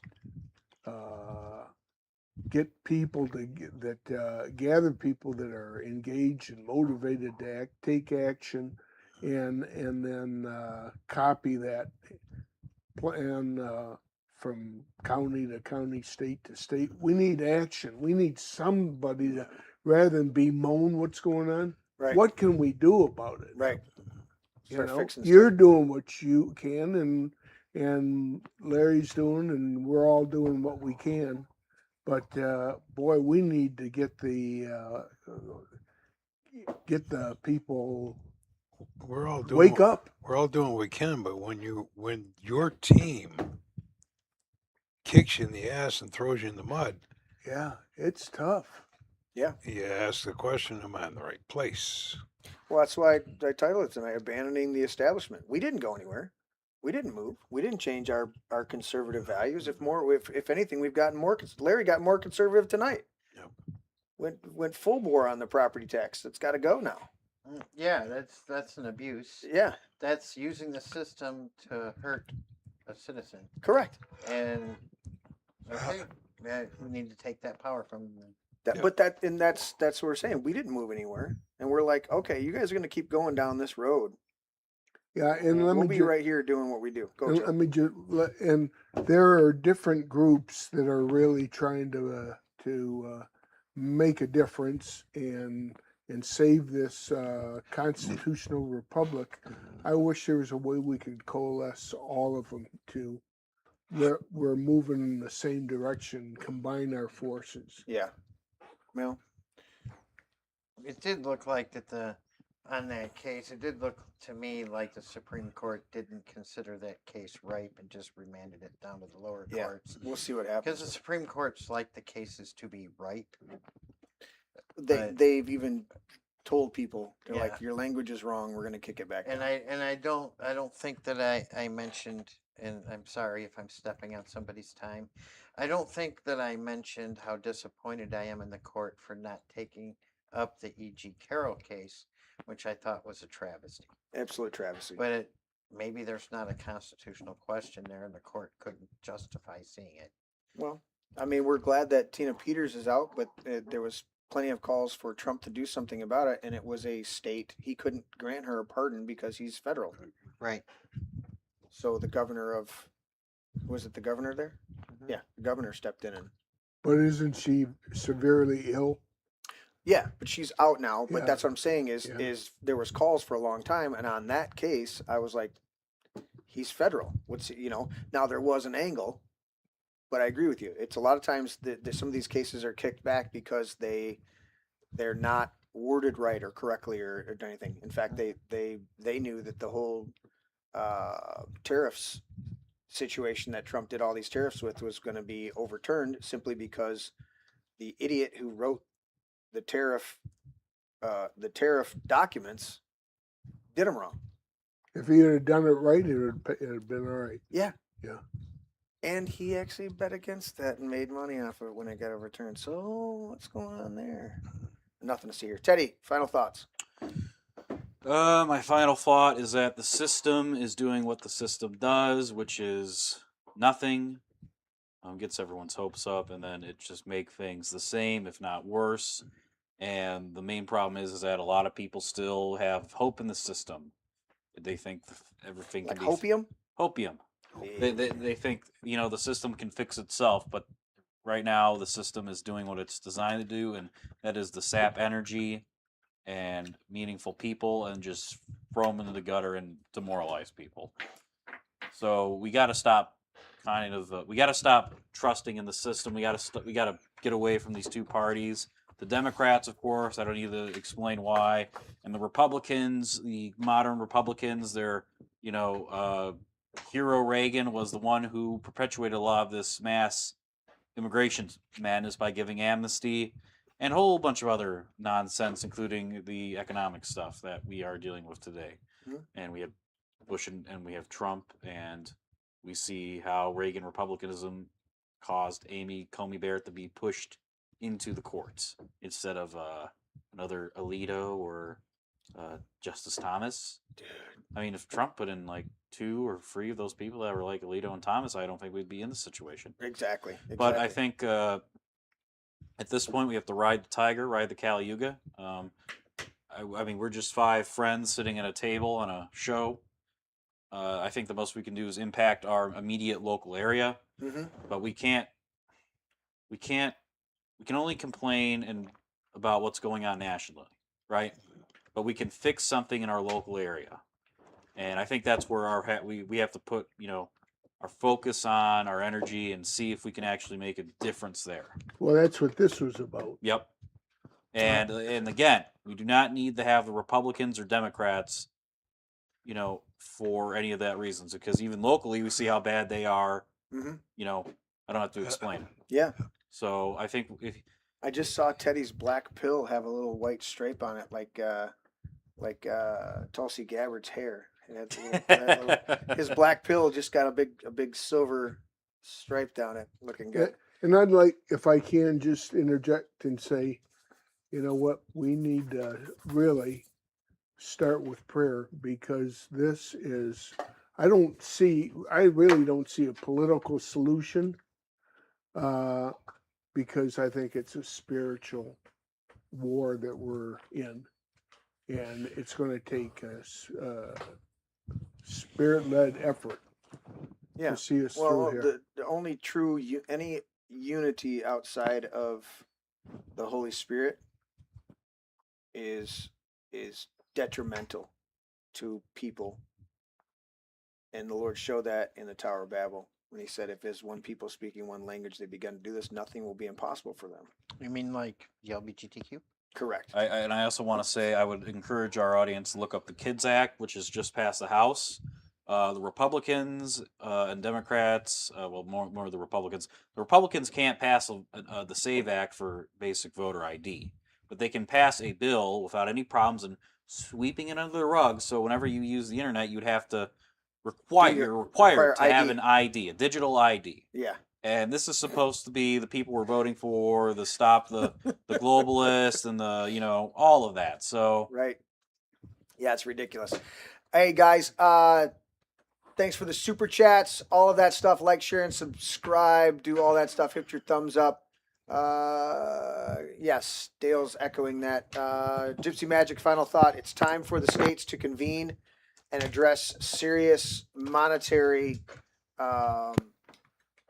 serious monetary reforms and restoring the proper limits of the federal government. And then Dale echoing Joe, God needs to be first in our lives, families, and friends. Amen. With that, guys, if you want to support the show in any other way, thealexjonesstore.com/thisismybrain. thealexjonesstore.com/thisismybrain. Get on there, get some great supplements, and get a t-shirt. Get her done. Oh, Gypsy Magic spoiling it for me, giving me the Tigers' final score, but they won, so it's good. Did I spoil it? Yep. 9-3. All right, we'll catch you guys next time. Good night, everybody. Good night.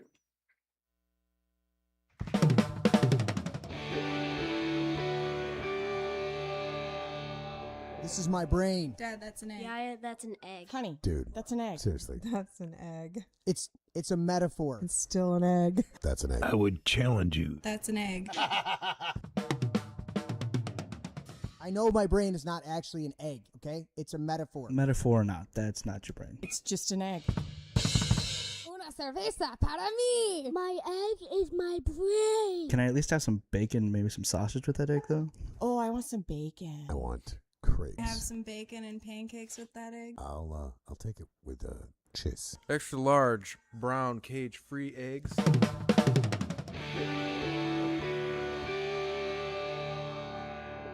Can I have your brain with hot cakes? A little sausage and a little toast and potato. That would be great. Does it have antibiotics? I don't know, man. I'm not good at this shit. Well, they gotta be able to resist some diseases. You resist the disease. Has it got any hormones? Maybe. It's cage free. Vegetarian? Maybe. Are they vegan? No, I eat steak. Never apologize and never explain. Never apologize. Never apologize and never explain.